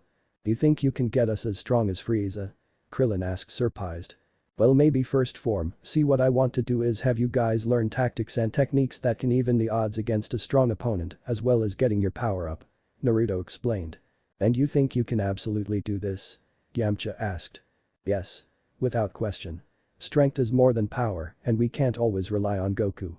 With hard work and training we can absolutely get stronger, Naruto said determinedly. Well, since you taught me that shadow clone move, I'm free to train, so I'm willing to try, Gohan said. He taught you that? Krillin asked the half Saiyan child. Only way I could get Kai to agree, Naruto said. Can you teach me? I need it for reasons, Yamcha asked. You're lucky there's a child here or I'd be swearing up a storm at you, Naruto deadpanned as he took out a capsule and threw it, making what looked like weighted bands appear and land on Yamcha for the comment. Hey. Get these off of me. Yamcha yelled. We have weighted clothes, Piccolo said. Not like these, think of them as gravity bands. You use your energy to increase and decrease the gravity surrounding Yam. You made these? Tien asked with a surprised look. Well, with Bulma's help, of course. I'm not sure where the idea for the seal came from though, he admitted. Well, let's get started then, don't want Vegeta to get too ahead of us, Piccolo said. Oh, he won't, he's in space looking for Goku. He left before I made these. Yeah, but didn't he make Bulma's dad add a gravity chamber to his ship? Krillin asked. Yes, but it only goes up to 150 times Earth's gravity, Naruto responded. Now put on the bands, everyone, Naruto said as he grabbed a pair for him to wear as well. It's not fair if I sit on the sidelines. What you guys train and I'll also do with you. No matter how crazy it can become, he said. But Towa. I knew implanting that idea in his head would pay off, Towa giggled happily before the door to her hideout was suddenly blown up. What the? Towa shouted as she grabbed her spear to fight whoever was attacking her. It's been a long time, creator, a male voice sounded as a figure stepped through the smoke of the explosion. Mira, Towa said with a scowl. Surprised to see me? He asked monotonely. Considering you died after absorbing me, yes. Towa said fiercely. Yes, your new experiment had a few unintended butterfly effects. Such as my revival, Mira explained before charging up an energy blast, and now I will continue my own plans and absorb you again. Reaching my full power once more, Mira said as he sent the blast at Towa, who vanished and dodged it. Damn it. I can't beat Mira on my own. Not like this. Towa thought, hitting behind a wall. You cannot hide from me. Mira shouted as he blasted directly at the wall she was hiding behind. I know your energy far too well, no matter how much you lower it. He roared. Damn. Towa thought as she ran deeper into the lab. I have no choice, I need to escape now, she thought in a panic. Wait, I know where I can hide. She thought as she created a portal. He's not ready to fight Mira yet, but if needed my magic can make him stronger. And Mira won't dare come without risking the time patrol being alerted of his presence there. I can at least hide out on Earth for a time, Towa thought as she had no real options aside from being absorbed or fleeing to Earth. Before she could enter her portal, the wall behind her exploded and a chunk of wall slammed into the back of her head and sent her flying into the portal. "There you are." "No." Mira shouted as he saw Towa fall into the portal and disappear. "Damn it." Mira roared angrily. "I will find you," he shouted. A few weeks later with Naruto. Naruto groaned as he woke up in his room. Ready to greet another day of training. And suddenly as he stood up to get dressed, the ceiling exploded into chunks of rubble as a figure fell through it. A beautiful white-haired, blue-skinned woman in a red and black jumpsuit with a hole showing under boob, matching heels, and a white skirt. "What the hell?" Naruto shouted as Bulma heard the crash and shout and rushed in there. "Naruto, why is there another woman in your bedroom?" Bulma asked with a sweet tone that was anything but sweet. "Bulma, I swear she just came through my ceiling," he responded in a panic as he stood up from his bed. Before remembering he was completely nude. "Then why are you naked?" Bulma growled out. "I sleep nude. It gets hot at night, okay?" Naruto exclaimed as he pulled on his pants. "Ugh." The woman groaned as she aroused awake due to their fighting. "Where am I? Who are you two?" she asked in alarm, not knowing where she was. "You're in Capsule Corporation and you crashed through the roof into my boyfriend's room," Bulma said. "Capsule Corporation? That sounds familiar, but I don't know why," the woman said as she grabbed the back of her head in pain while trying to remember. "Are you okay?" Naruto asked her, concerned. "I don't remember anything," the woman said as she held her head. Bulma's glare disappeared at this. "Do you remember anything?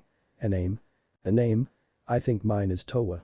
I don't recall too well, just that name and everything else is fuzzy," the woman explained. "Well, Towa, don't worry, we will help you," Naruto said with a kind smile. "We will?" Bulma asked.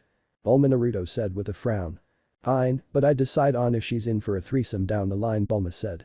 "We haven't even had sex yet," Naruto yelled as he blushed. "And you just woke up nude next to another woman. That's about to change since I've been patient, damn it," Bulma told him. Towa looked at the couple in front of her with a blush. "She's quite forward, isn't she?" she asked. "Yeah, that's Bulma," Naruto said with a sigh. "Anyways, Towa, come with me and I'll get you some breakfast." "Naruto, you meet me in my room in 2 hours," Bulma ordered. "Yes dear," Naruto said with a mock salute. "I'm going to ignore that for now. You'll make up for it later," Bulma said as she escorted Towa out of Naruto's room. 2 hours later. With Naruto. It had been a few months since Towa had arrived at Capsule Corporation. In that time she had gotten a job working with Bulma on various inventions. Currently Naruto and Gohan were testing one of her inventions for a training exercise. A simulation room used to simulate any environment. Towa wished to use this room so the Z fighters could train in different terrains, such as cold climates or forests or even civilian heavy areas. Naruto dodged an energy blast from Gohan, but soon had to block a punch to his head from Gohan by catching it with his own hand. "Not bad, kid, I actually felt something in that punch," Naruto said with a smirk before throwing Gohan into a tree simulated by the environment. Gohan collided into the tree, crashing through it as the tree clattered ground in a loud thud. "Careful, sweetie, if you hurt him, Kai will probably kill you," Bulma said over the PA system. "He'll be fine." That was 10% at most. Naruto waved his girlfriend off. Unfortunately, as he said that, Gohan came rushing back and smashed his knee into Naruto's face, sending him flying into a tree from being caught unawares. Naruto growled at this as he grew his second tail and flew at Gohan. "You got a lucky shot, kid. Let's see you handle this." Naruto shouted as he sent a claw strike at Gohan, who dodged it by ducking down. "I made you use 2 tails," Gohan said with a chuckle as he dodged his swipes. Naruto paused at this. "I guess you did. Not bad, Squirty complimented." "Thanks," Gohan was saying until he was cut off by a punch. "Dodge!" Naruto shouted as he punched Gohan in the gut and sent him flying into another tree. "And that's time, sweetie. My new head of research and development wants to do some updates," Bulma said as the area around Naruto and Gohan faded into a bare white room. Naruto nodded as he went over and helped Gohan stand up. "You good, kid?" he asked. "Yeah, I feel great. As if I could punch out Vegeta," Gohan said on an adrenaline rush. "Keep it up, kid, and you might be a Super Saiyan soon," Naruto said with a smile. Gohan smiled at this as he followed Naruto out of the training room. "I'm hungry," he said as his stomach growled. "I have a meal ready outside, Gohan," Bulma said from her seat at the controls with Towa and another woman. She had long auburn hair and was wearing glasses. She also had a lab coat on with the Capsule Corporation logo on the arms. "How did the trees feel? Real enough, or do I need to overhaul their texture and feel?" Towa asked Naruto. "No, it feels great. You and Vomi did great," Naruto said with a smile at the auburn-haired woman. "Of course we did. We aren't like my ex-husband. I don't seek complacency. I seek improvement," the now named Vomi said as she adjusted her glasses and took a look at a monitor, looking over each piece of coding intently. "And who exactly was your ex?" Naruto asked curiously. "Never you mind.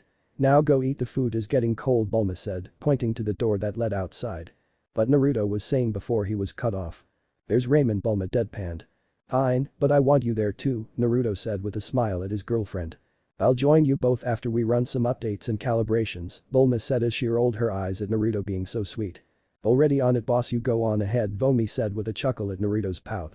Alright, if you two need anything let me know, Bulma said as she stood up to go with Naruto and Gohan. We'll be fine, Vomi said with a nod, not looking away from her screen. We'll call you two when we want to have you test out having sex in a simulated environment, Towa teased. Child present. Naruto yelled as he covered Gohan's ears. My apologies. I forgot for a moment, Towa said with a teasing grin. I bet, Naruto said with a scoff at the mischievous smile Towa had on her face. Anyways, the food is getting cold and I have a meeting in an hour. We should get going, Bulma said as she looked at her watch as the three headed outside. Meeting? Naruto asked curiously. Relax, it's just some potential new investors. Bulma said simply as they sat down at an outside table.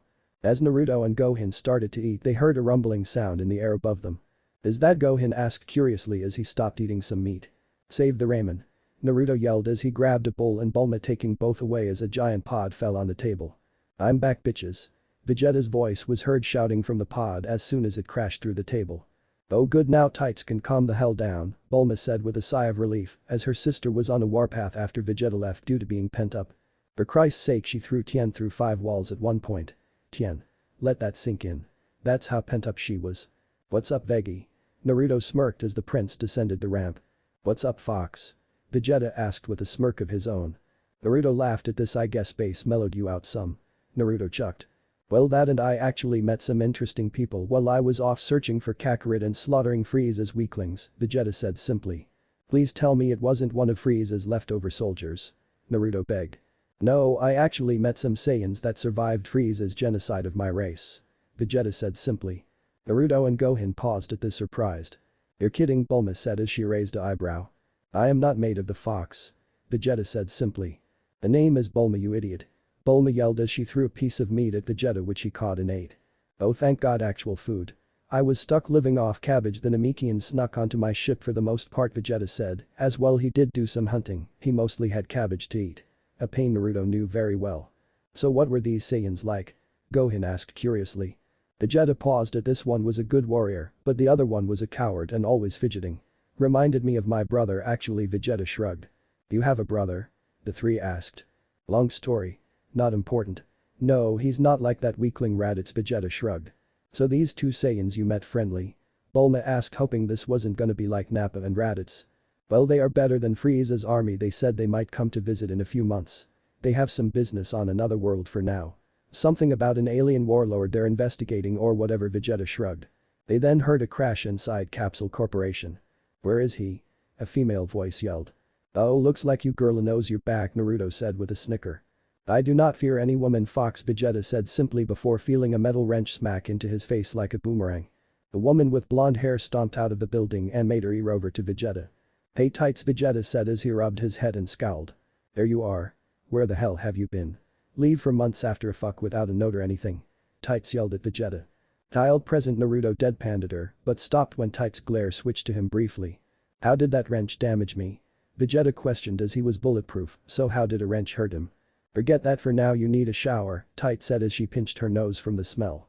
The hell's a shower? Vegeta asked with a raised eyebrow. It's like a bath, dude, Naruto said with a sigh. The hell's a bath?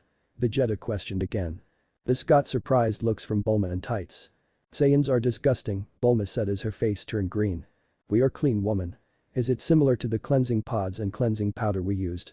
Vegeta asked. Think primitive version of that, Gohan said with a nod. Ah okay, Tights and Tight sister, show me this shower, Vegeta ordered. You know my goddamn name already. Bulma roared as she grabbed the wrench from the ground and threw it at Vegeta herself. Ah. Seriously, how does a wrench thrown by two people who don't use energy hurt so much? He questioned. Naruto chuckled at this as he ate his ramen while Gohan sweat dropped at this. Relationships are weird, the kid muttered. You say that now, but I bet you will have one someday and she will probably make you nuts too, Naruto said with a chuckle before groaning as he was hit with a wrench. You saying I make you nuts? Bulma roared, having thrown the wrench at him hearing his comment. Ah. Vegeta's right, why does that hurt so much? Naruto yelled as he held his head in pain. Told you. Vegeta yelled. A few weeks later. It was a regular day at Capsule Corporation. Naruto was outside talking to his friends from Earth. "So Vegeta's living here now?" Krillin asked. "Yeah, him and Tights," Naruto said with a chuckle at the fact Tights wasn't letting Vegeta out of her sight. "You should have seen him in the shower. Dude ate a bar of soap when Bulma told him it was a block made of animal fat." Naruto cackled. "Ha. Goku did the same thing when we were kids." Krillin yelled before he started to laugh along with Yamcha and Pure. "Fox, I swear to Kami, if you're telling the soap story again I will devour your ramen." Vegeta's voice came up as a door opened. "You touch my ramen and oh my god, what are you wearing?" Naruto said, gaping at Vegeta in a pink shirt that had the words Badman on the back. "Tight said it was the only shirt that would fit me until she went shopping," Vegeta said, as the other shirts he wore were destroyed by his training with Naruto. "And several pairs of pants." "Okay, this is pretty great." Yamcha chuckled, amused at seeing the genocidal prince wearing a pink shirt. "Not as funny as losing to a Cyberman," Vegeta said with a glare at Yamcha. "Touché," Yamcha said with a frown at the reminder of his loss. "The hell's a Cyberman?" Naruto asked. Before he could get an answer they all froze as they felt something. "Oh, for fuck's sake," Naruto and Vegeta said, recognizing the energy. I thought Goku killed him." Krillin yelled in fear. "Apparently Kakarot can't even do the one thing a low-class Saiyan child can do." Vegeta growled. "Kakarot had one job. Kill something, damn it. And he failed." "That's Frieza. Holy crap, that power is massive," Yamcha said as he started to sweat. "Okay Krillin, Yamcha, I need you to call in everyone. I'll go get Piccolo and Gohan," Naruto said with a firm tone. The two Earthlings nodded at this before they took off flying to go get reinforcements. "Better alert your woman to prepare a ship for us to get off-world as well," Vegeta suggested, in case they needed to flee. He hated running, but what chance did they have against Frieza? "Fuck that, I'm not running from that freaky-looking dildo-ass alien," Naruto growled out as his eyes slitted. Vegeta chuckled at this. "May not be a Saiyan, but you have the heart of one," he said with a nod of respect. "Naruto, what's going on?" "Towa's sensors picked up two massive energy readouts in our atmosphere," Bulma asked as she came outside. Naruto sighed as he pulled Bulma aside so they could talk. "Bulma, it's Frieza, he's approaching Earth," Naruto said with a firm tone. "Oh goddammit Goku." Bulma groaned. "Don't worry me, Vegeta and the others are gonna," Naruto was saying till Bulma cut him off. "I swear if you get killed again I'm gonna," Bulma was yelling before Naruto pulled her into a hug. "I'm not going anywhere, okay? Don't worry," Naruto whispered into her ear. "You said that last time too and died. Please, I can't lose you again," Bulma said as she paused and tried not to cry. Naruto raised an eyebrow at this. "What aren't you telling me?" he asked. Bulma looked at Naruto and pulled him close. "I'm pregnant," she whispered to him. Naruto's eyes widened in shock at this. He was utterly speechless. "Please don't leave me all alone with our child," Bulma begged, crying. Naruto pulled Bulma close at this. "I promise you I won't. Now I have even more reason to come back after ripping that bastard to shreds," Naruto said to her. "You're gonna need this," Towa said as she threw Naruto his sword in its sheath. Naruto caught it and strapped the blade to his waist. "Thanks," Naruto nodded at her. "Just come back alive," Towa said. "Hey Vegeta dear, you better bring that fucker's head back. I have a mount ready for it." Tights yelled as she came out holding a plaque saying "Bag Alien" on it. "Marry me," Vegeta said as his mouth twitched from trying not to laugh and while trying to not breed her right then and there in a fit of unrestrained lust. Tights smiled at this. "Come back alive and we will," she said. Naruto chuckled at this as he approached Vegeta. "This makes us brothers, you know," he said. "At least you're not a pansy like my actual brother," Vegeta shrugged as it could be worse. Naruto chuckled at this. "Okay, let's go get Piccolo and Gohan. We need everybody we can get. Today Frieza dies," Naruto said seriously as he and Vegeta flew off, leaving Tights, Towa, and Bulma in the Capsule Corporation courtyard looking up at them. Bulma was silent seeing Naruto fly off. "They will be back, I'm positive," Towa said with a smile. "This have anything to do with that vision crap?" Tights asked as Towa sometimes had visions in small doses every now and then of the future. "Not for long and nothing too crazy, but they happen from time to time." Towa nodded at this. "Well, you haven't been wrong yet," Tights said with a smile as she patted Bulma on the shoulder to cheer her up. "Towa, if you're right on this I'll give you a raise." "Hell, I'll let you fuck Naruto if you want," Bulma said. Towa blushed at this before she sputtered in surprise. "Your crush was obvious, girl," Tights said deadpan. "See, can we change the subject?" Towa begged as Naruto treated her with absolute kindness since day one. "Okay, what am I having, boy or a girl?" Bulma asked with a smile. Towa groaned at this as she pinched her nose. "It's random when I get visions. I don't have access to them 24/7, Towa said. "Maybe a hit to the head will jumpstart it," Bulma said with a grin as she picked up a lawn chair. "Oh dear, look at the time. I have things to do." "At places," Towa said as she bolted away. "Time nest. This is bad." Towa's regaining her memories. Kranoa said seriously. I don't know, she seems to be happy right now, Trunks said with a smile as he looked at the image in the crystal ball. Trunks, you and I know the danger she presents. We can't let her gain back her memories. Chronoa said seriously. New message from the midget twins. Kushina yelled as she flew in her tail wagging behind her. Oh great, what now?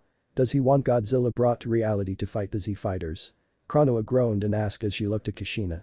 Nah, he said, and I quote, if you're that worried about Towa, then you are ordered to go to Earth and keep an eye on her, Kushina said as she looked over the scroll. But wouldn't her showing up potentially jumpstart Towa's memories? Trunks asked curiously. Hey, orders are orders, don't shoot the messenger, Kushina said with a roll of her eyes. Besides, she could always use the Dragon Balls for a new form, so she's less easy to recognize, Kushina said. Chronoa signed at this. Well, orders are orders, I leave Trunks in charge while I'm gone. We don't want a repeat of what happened when Elder Kai was in charge after all, she said as she snapped her fingers and made a portal which she left through. Was that even from the Zenith? Trunks asked his twin. Kushina smirked at this, just making sure the future happens as it should, little bro, she said. Okay, first off, you were born less than a minute before me, and second, what are you on about? He asked. 3, 2, 1, Kushina said as she counted down with her fingers and pointed at the door to the room, which opened, showing what looked like a older looking female Kai with the same clothes as Sharona, only her body was more mature and voluptuous. Trunks sighed at this as his memory changed. Hey auntie, he said with a wave at the Kai. With Naruto in his time. Naruto and his team of Vegeta, Piccolo, and Gohan landed in the wastelands where they saw Krillin, Tien, Chiaotzu, and Yamcha waiting for them. Okay. He should be landing soon. We need a plan, Tien said seriously, as there was no time to dilly-dally. If I know Frieza, he's gonna want to invade with his men and show off, so we come to him, Vegeta said with a scowl. Meaning if we don't show up, he'll probably send his troops into different cities and slaughter innocents, Naruto frowned. We can deal with his men easily enough, it's Frieza and this other power I'm feeling that's the problem, Piccolo said as he looked up at the sky. Must be Frieza's father, King Cold, Vegeta growled out. Wait, I thought Frieza was an emperor, how is his father a king? Naruto asked confused. He rules his planet and Frieza runs his army, Vegeta explained. Is this really the time for this conversation? Tien asked the two. Frieza's ship incoming.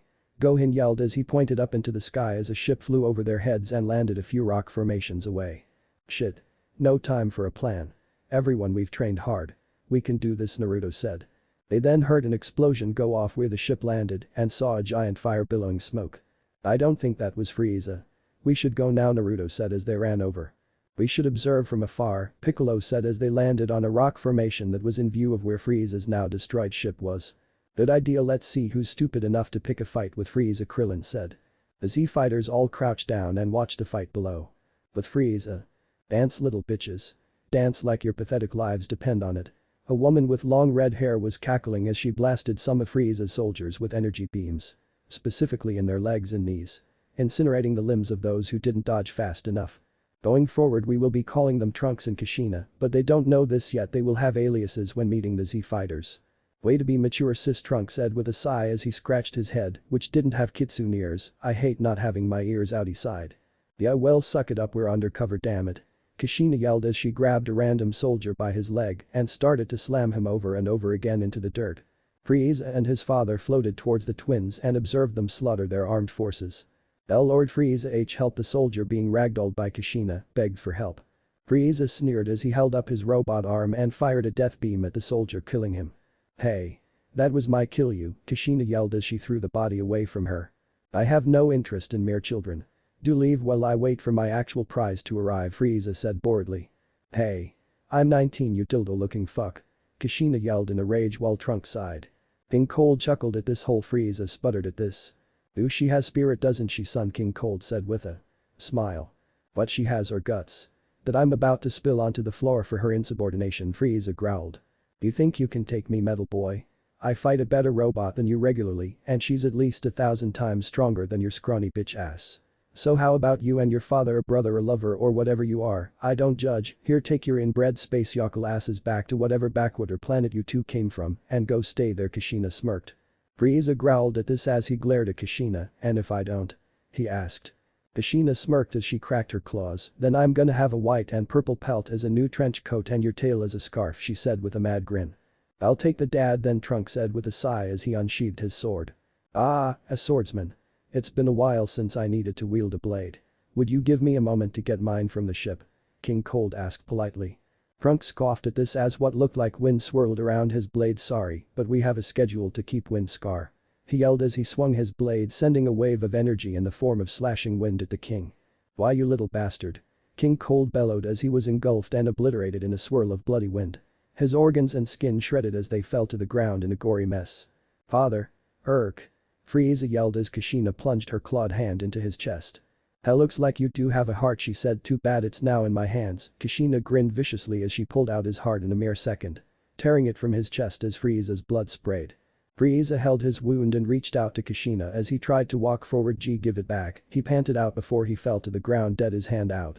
Kushina smirked as she placed the still beating heart in the dead Frieza's hand. There, I gave it back. Just like you asked. Aren't I nice? Back with Naruto. Everyone was shocked at what they just witnessed. I like these two.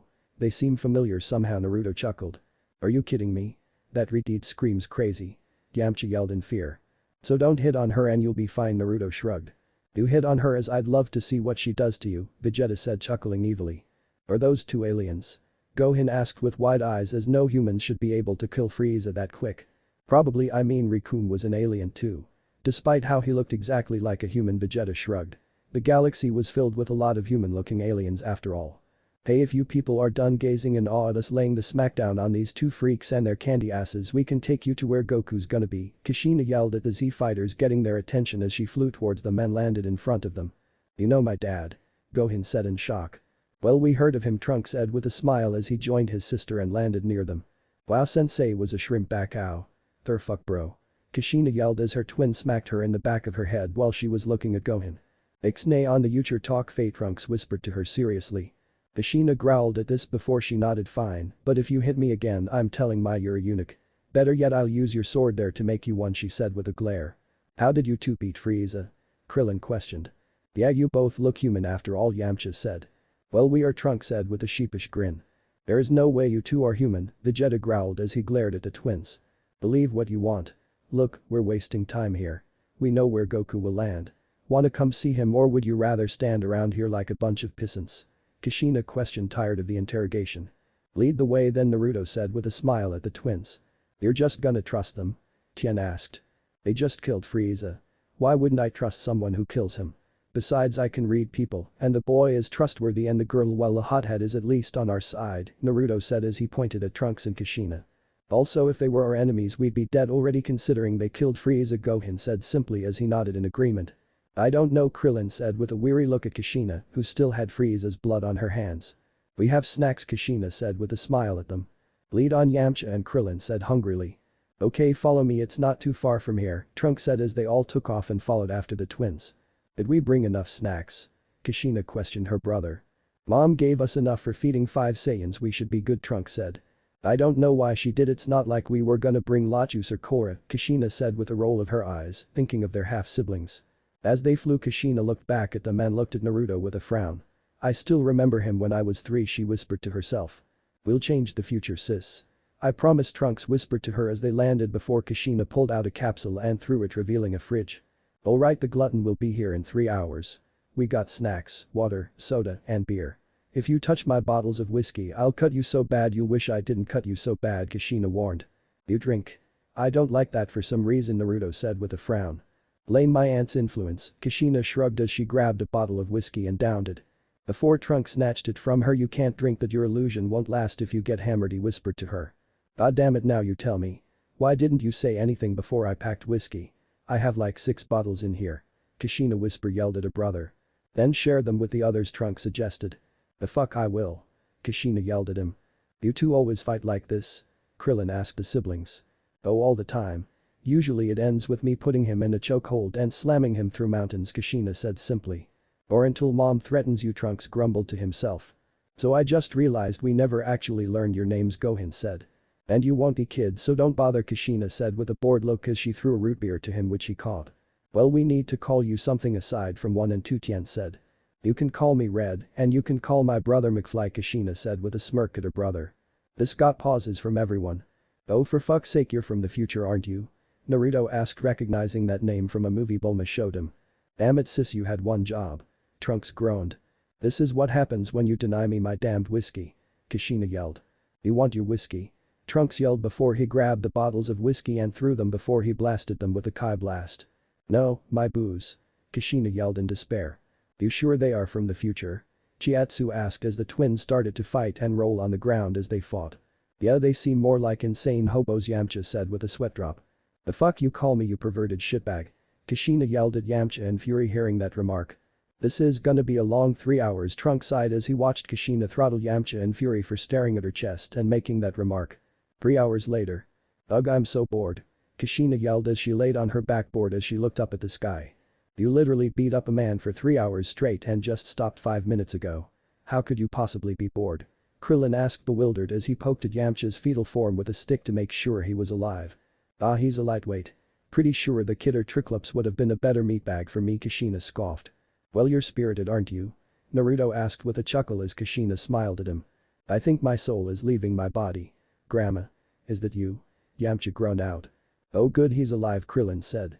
Suddenly they saw a ship fly by in the sky and crash into the ground below. Oh hey, Goku's here, Kushina said with a smile as she jumped to her feet. Oh thank God, Trunks sighed as now his sister didn't have to do her antics now. Or beat up Yamcha anymore. The group all walked over to the crater caused by the ship and saw it was a Saiyan-like pod. It opened up revealing Goku in a very bizarre outfit, yardrat clothes. No idea how to describe them. Not even gonna try. You're late, you idiot. Naruto yelled out. Guys, we don't have time, Frieza's here and Okami, look what he did to Yamcha. Goku yelled in horror. He's still alive, Goku, Piccolo said with a flat tone. I see a light, Yamcha groaned out. Will someone give him a senzu please? Naruto sighed. Vegeta has M. Krillin said gesturing to Vegeta. Hang on. I'm enjoying this, Vegeta smirked holding the bag of beans. Look, as fun as this is, me and my bro need to talk to Goku, Kushina said. You're from the future and you're entrusting the knowledge you bring to the clown. Vegeta questioned stupefied. Good point, why are we trusting this to just him? Kushina asked Trunks with a raised eyebrow. So we don't change the future too much, Trunks said. But you being here and telling us will already change the future, won't it? Tien pointed out, which got nods from everyone. Okay, I have a way to make sure it's safe. Hey Whiskers, did your girlfriend tell you she's knocked up yet? Kushina asked Naruto. Yeah, right before we arrived, but why should that matter? Naruto said. This got silence from everyone until. Oh geez, Vegeta said as he realized what this meant. What? Naruto asked confused. Kushina smiled at this and Trunks sighed as kitsune ears appeared on their heads and they revealed they had fox tails. Oh my god, Okami or King Kai, oh my Gamakai, Naruto said in shock. I don't get it, also what happened with Frieza and why is no one concerned about what he did to Yamcha? Goku asked confused. I'll explain, Dad, Gohan said as he pulled Goku to the side. Can I have that bean now? Yamcha groaned out. So you two are my kids? Naruto asked Kushina and Trunks. Yup, congrats, it's twins. Kushina said with a grin. And future me let you become an alcoholic and leave the house like that? Naruto yelled in shock. Future you is feeding worms, Kushina said with a scowl. Also, what's wrong with my outfit? She yelled at the past version of her father. It looks like you left the house in a bra and some jeans. No daughter of mine will wear something like that. Naruto yelled at her. Trunks sighed at this. Really? No reaction to you being dead? He asked his dad. Well, I've already died once. So have most of us actually. Krillin and Chiatsu twice. Naruto shrugged. Yeah, but this was for keeps, Trunks said with a frown. Well, you're obviously here to warn us about something, so let's hear it, Piccolo said with a firm tone. Also, Vegeta, give Yamcha the bean already, Piccolo said. Fine, I've had my fun, Vegeta said as he gave Yamcha the bean by throwing it at him. I see where Lachus got her mean streak, Kushina said with a snicker at this. PFFFT. You would name your kid that? Naruto yelled at Vegeta while he laughed. It's a name worthy of a Saiyan. I approve of my future choice. Vegeta yelled back. Can we hear this message now? Tien asked with a sigh. One explanation later. Okay, 3 years from now on an island 9 miles off of South City, some android made by some crazed scientist are gonna start slaughtering people. Gohan asked. And I die from a heart virus with this idiot. Naruto yelled as he pointed at Goku. Boy. Goku yelled with a pout at this. Coroner said the causes were too much bacon and too much ramen, Kushina shrugged. Sis, Trunks said with a roll of his eyes. No, you died of the heart virus. Sis is being a smartass, he said. I don't know whether to be angry or proud, Naruto said. Relax, Pops, we brought a cure so you can whip these morons into shape for the fight in 3 years, Kushina said with a smile at her father. So what I'm hearing is 3 years to torture, I mean train everyone, Naruto said, grinning wickedly. This isn't a joke, Dad, you need to train hard, and if you feel you're strong enough, you're not. These androids have killed most of the population and they hunt me and Sis for fun. Trunks said firmly. Naruto paused and growled at this as his eyes slitted at this information. I'm gonna kill that doctor, he growled out, as he definitely didn't like the idea of his kids being hunted for sport by some mad doctor's androids. If you two know about all this, why not just hunt for this Jiro and kill him yourself? Vegeta asked with a raised eyebrow. We don't know where his lab is, otherwise we would head there and murder that son of a bitch in cold blood, Kushina said simply. Well, don't worry, we have this now, Goku said with a nod and a thumbs up at the twins. Trunks and Kushina chuckled at this, while Trunks took out 2 bottles and gave them to Naruto. Make sure you take this when you get sick, Trunks said with a serious tone. And make sure that moron takes it too, Kushina said as she jerked her thumb at Goku. Boy. I'll take it as long as it's not grape flavored, Goku said with a pout at being called a moron again. Don't worry, I'll tell Kai, so she makes sure he takes it, Naruto said with a grin as he put the bottles in his pocket. Goku paled at this before he glared at Naruto. I'm telling Bulma you need to take it too. He yelled at Naruto. Naruto paled at this before he looked at Goku. You sellout. He yelled. These are our strongest defenders, Piccolo deadpanned. Well, you could fuse with Kami and not die like a punk ass, Kushina said with a flat tone at the Namekian. She's got you there, Namekian, Vegeta smirked. You had both your arms broken and were lit on fire, Trunks deadpanned. The worthy Saiyan death, Vegeta nodded in approval. Fighting to the bitter end. One of them kicked you in the neck, killing you instantly. All that was just to mock you, Kushina said with a snicker. What? I'll kill them all. Vegeta bellowed as his hair turned gold briefly before flickering off. Did he just? Krillin whispered to Naruto. I have to up Gohan's training immediately, Naruto said. He didn't want to lose his bet to Vegeta after all. Okay, you are all set up, so we should get going, Trunks said as Hef took out a capsule. Naruto. A female voice yelled out from the sky. Everyone looked up and saw an airplane, and Bulma was waving at them from the passenger side while Tights was driving. Well, goodness, look at the time. Let's go, Trunks. Kushina said urgently. Already on it, sis. Get in the damn time machine, Kushina. Trunks yelled as him and his twin jumped inside it. Kushina and Trunks? Gohan asked curiously. And I named her after my mom, Naruto said with a smile. Was she also a psychopathic warrior with red hair? Yamcha asked with a groan as while he was healed, now he still felt like he had bruises on top of bruises. According to Kurama, she was worse, Naruto said as he patted his katana. Your mother sounds like she would have been a proper Saiyan had she been born of our race, Vegeta nodded in approval after calming down somewhat. He has no fucking idea how right he is, Kurama deadpanned inside Naruto's head. The plane soon landed and Bulma and Tights got out and ran over to the group. Where is Frieza? You're not hurt, are you? Bulma asked Naruto. Sweetie, I'm fine also, he's been dead for hours, thanks to well, Naruto trailed off not knowing how to explain this. Your two's children from the future showed and crushed Frieza and his father in a slaughter. Now if you'll excuse me, I have Ro go cut off Frieza's head for a mount, Vegeta said simply. Right behind you, babe, I have a cryopod ready so it will stay fresh for the taxidermist, Tights said with a smile. God, I love you. Vegeta shouted as he cackled insanely. My future kids are here. Where? Bulma yelled as she looked around in excitement. They are up there, Gohan said, pointing up at a flying machine which had Trunks and Kushina inside, waving at them and smiling. My babies. Bulma said excitedly. Yeah, we are having twins apparently, Naruto said with a chuckle as he waved back at them. Oh, they look so adorable. Say, Naruto, can we borrow your sword? Tights asked. At your own, Naruto said simply. I did, it broke on Frieza's neck, Tights said. Have Vegeta use a Kai blade, Naruto said as he rolled his eyes. You can do that? Tights asked as she's still getting used to the abilities they have. Meanwhile, Kushina and Trunks watched this and chuckled before they and the time machine disappeared in a flash of light. By the way, I can teleport now, Goku said after a moment of silence. You better teach me that when we start training, Naruto said with an excited smile as he liked the idea of learning that. Sure thing. Watch. Goku said excitedly as he held 2 fingers to his head and disappeared. A second later he reappeared wearing Master Roshi's glasses. Did you just steal Master Roshi's glasses? Krillin asked in surprise. Oop, Goku said happily. So why did they come back in time? Bulma asked Naruto curiously.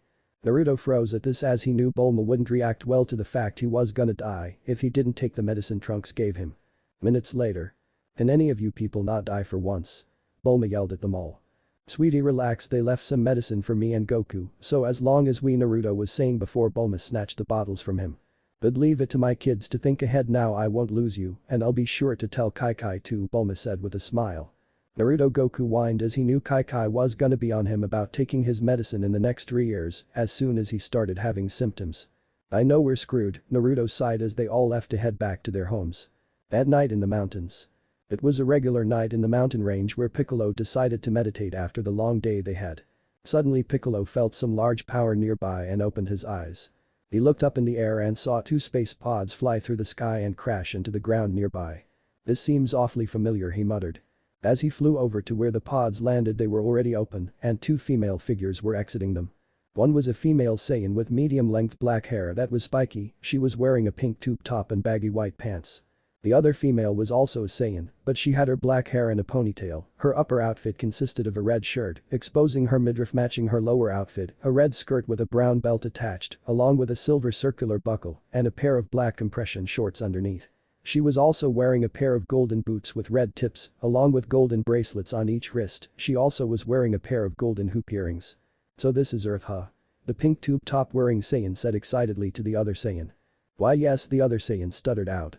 Vegeta was right, it's not bad, and I feel some strong fighters on this rock," the boisterous Saiyan said in an excited tone. I think he said the food here was good too," the timid Saiyan said.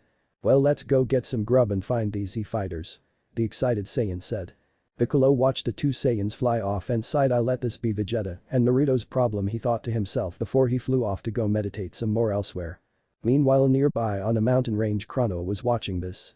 Great Towa's tampering caused a butterfly effect, so those 2 were born in Universe 7 now, the Kai of Time said with a groan as she rubbed her forehead as she felt a headache coming. "What's next?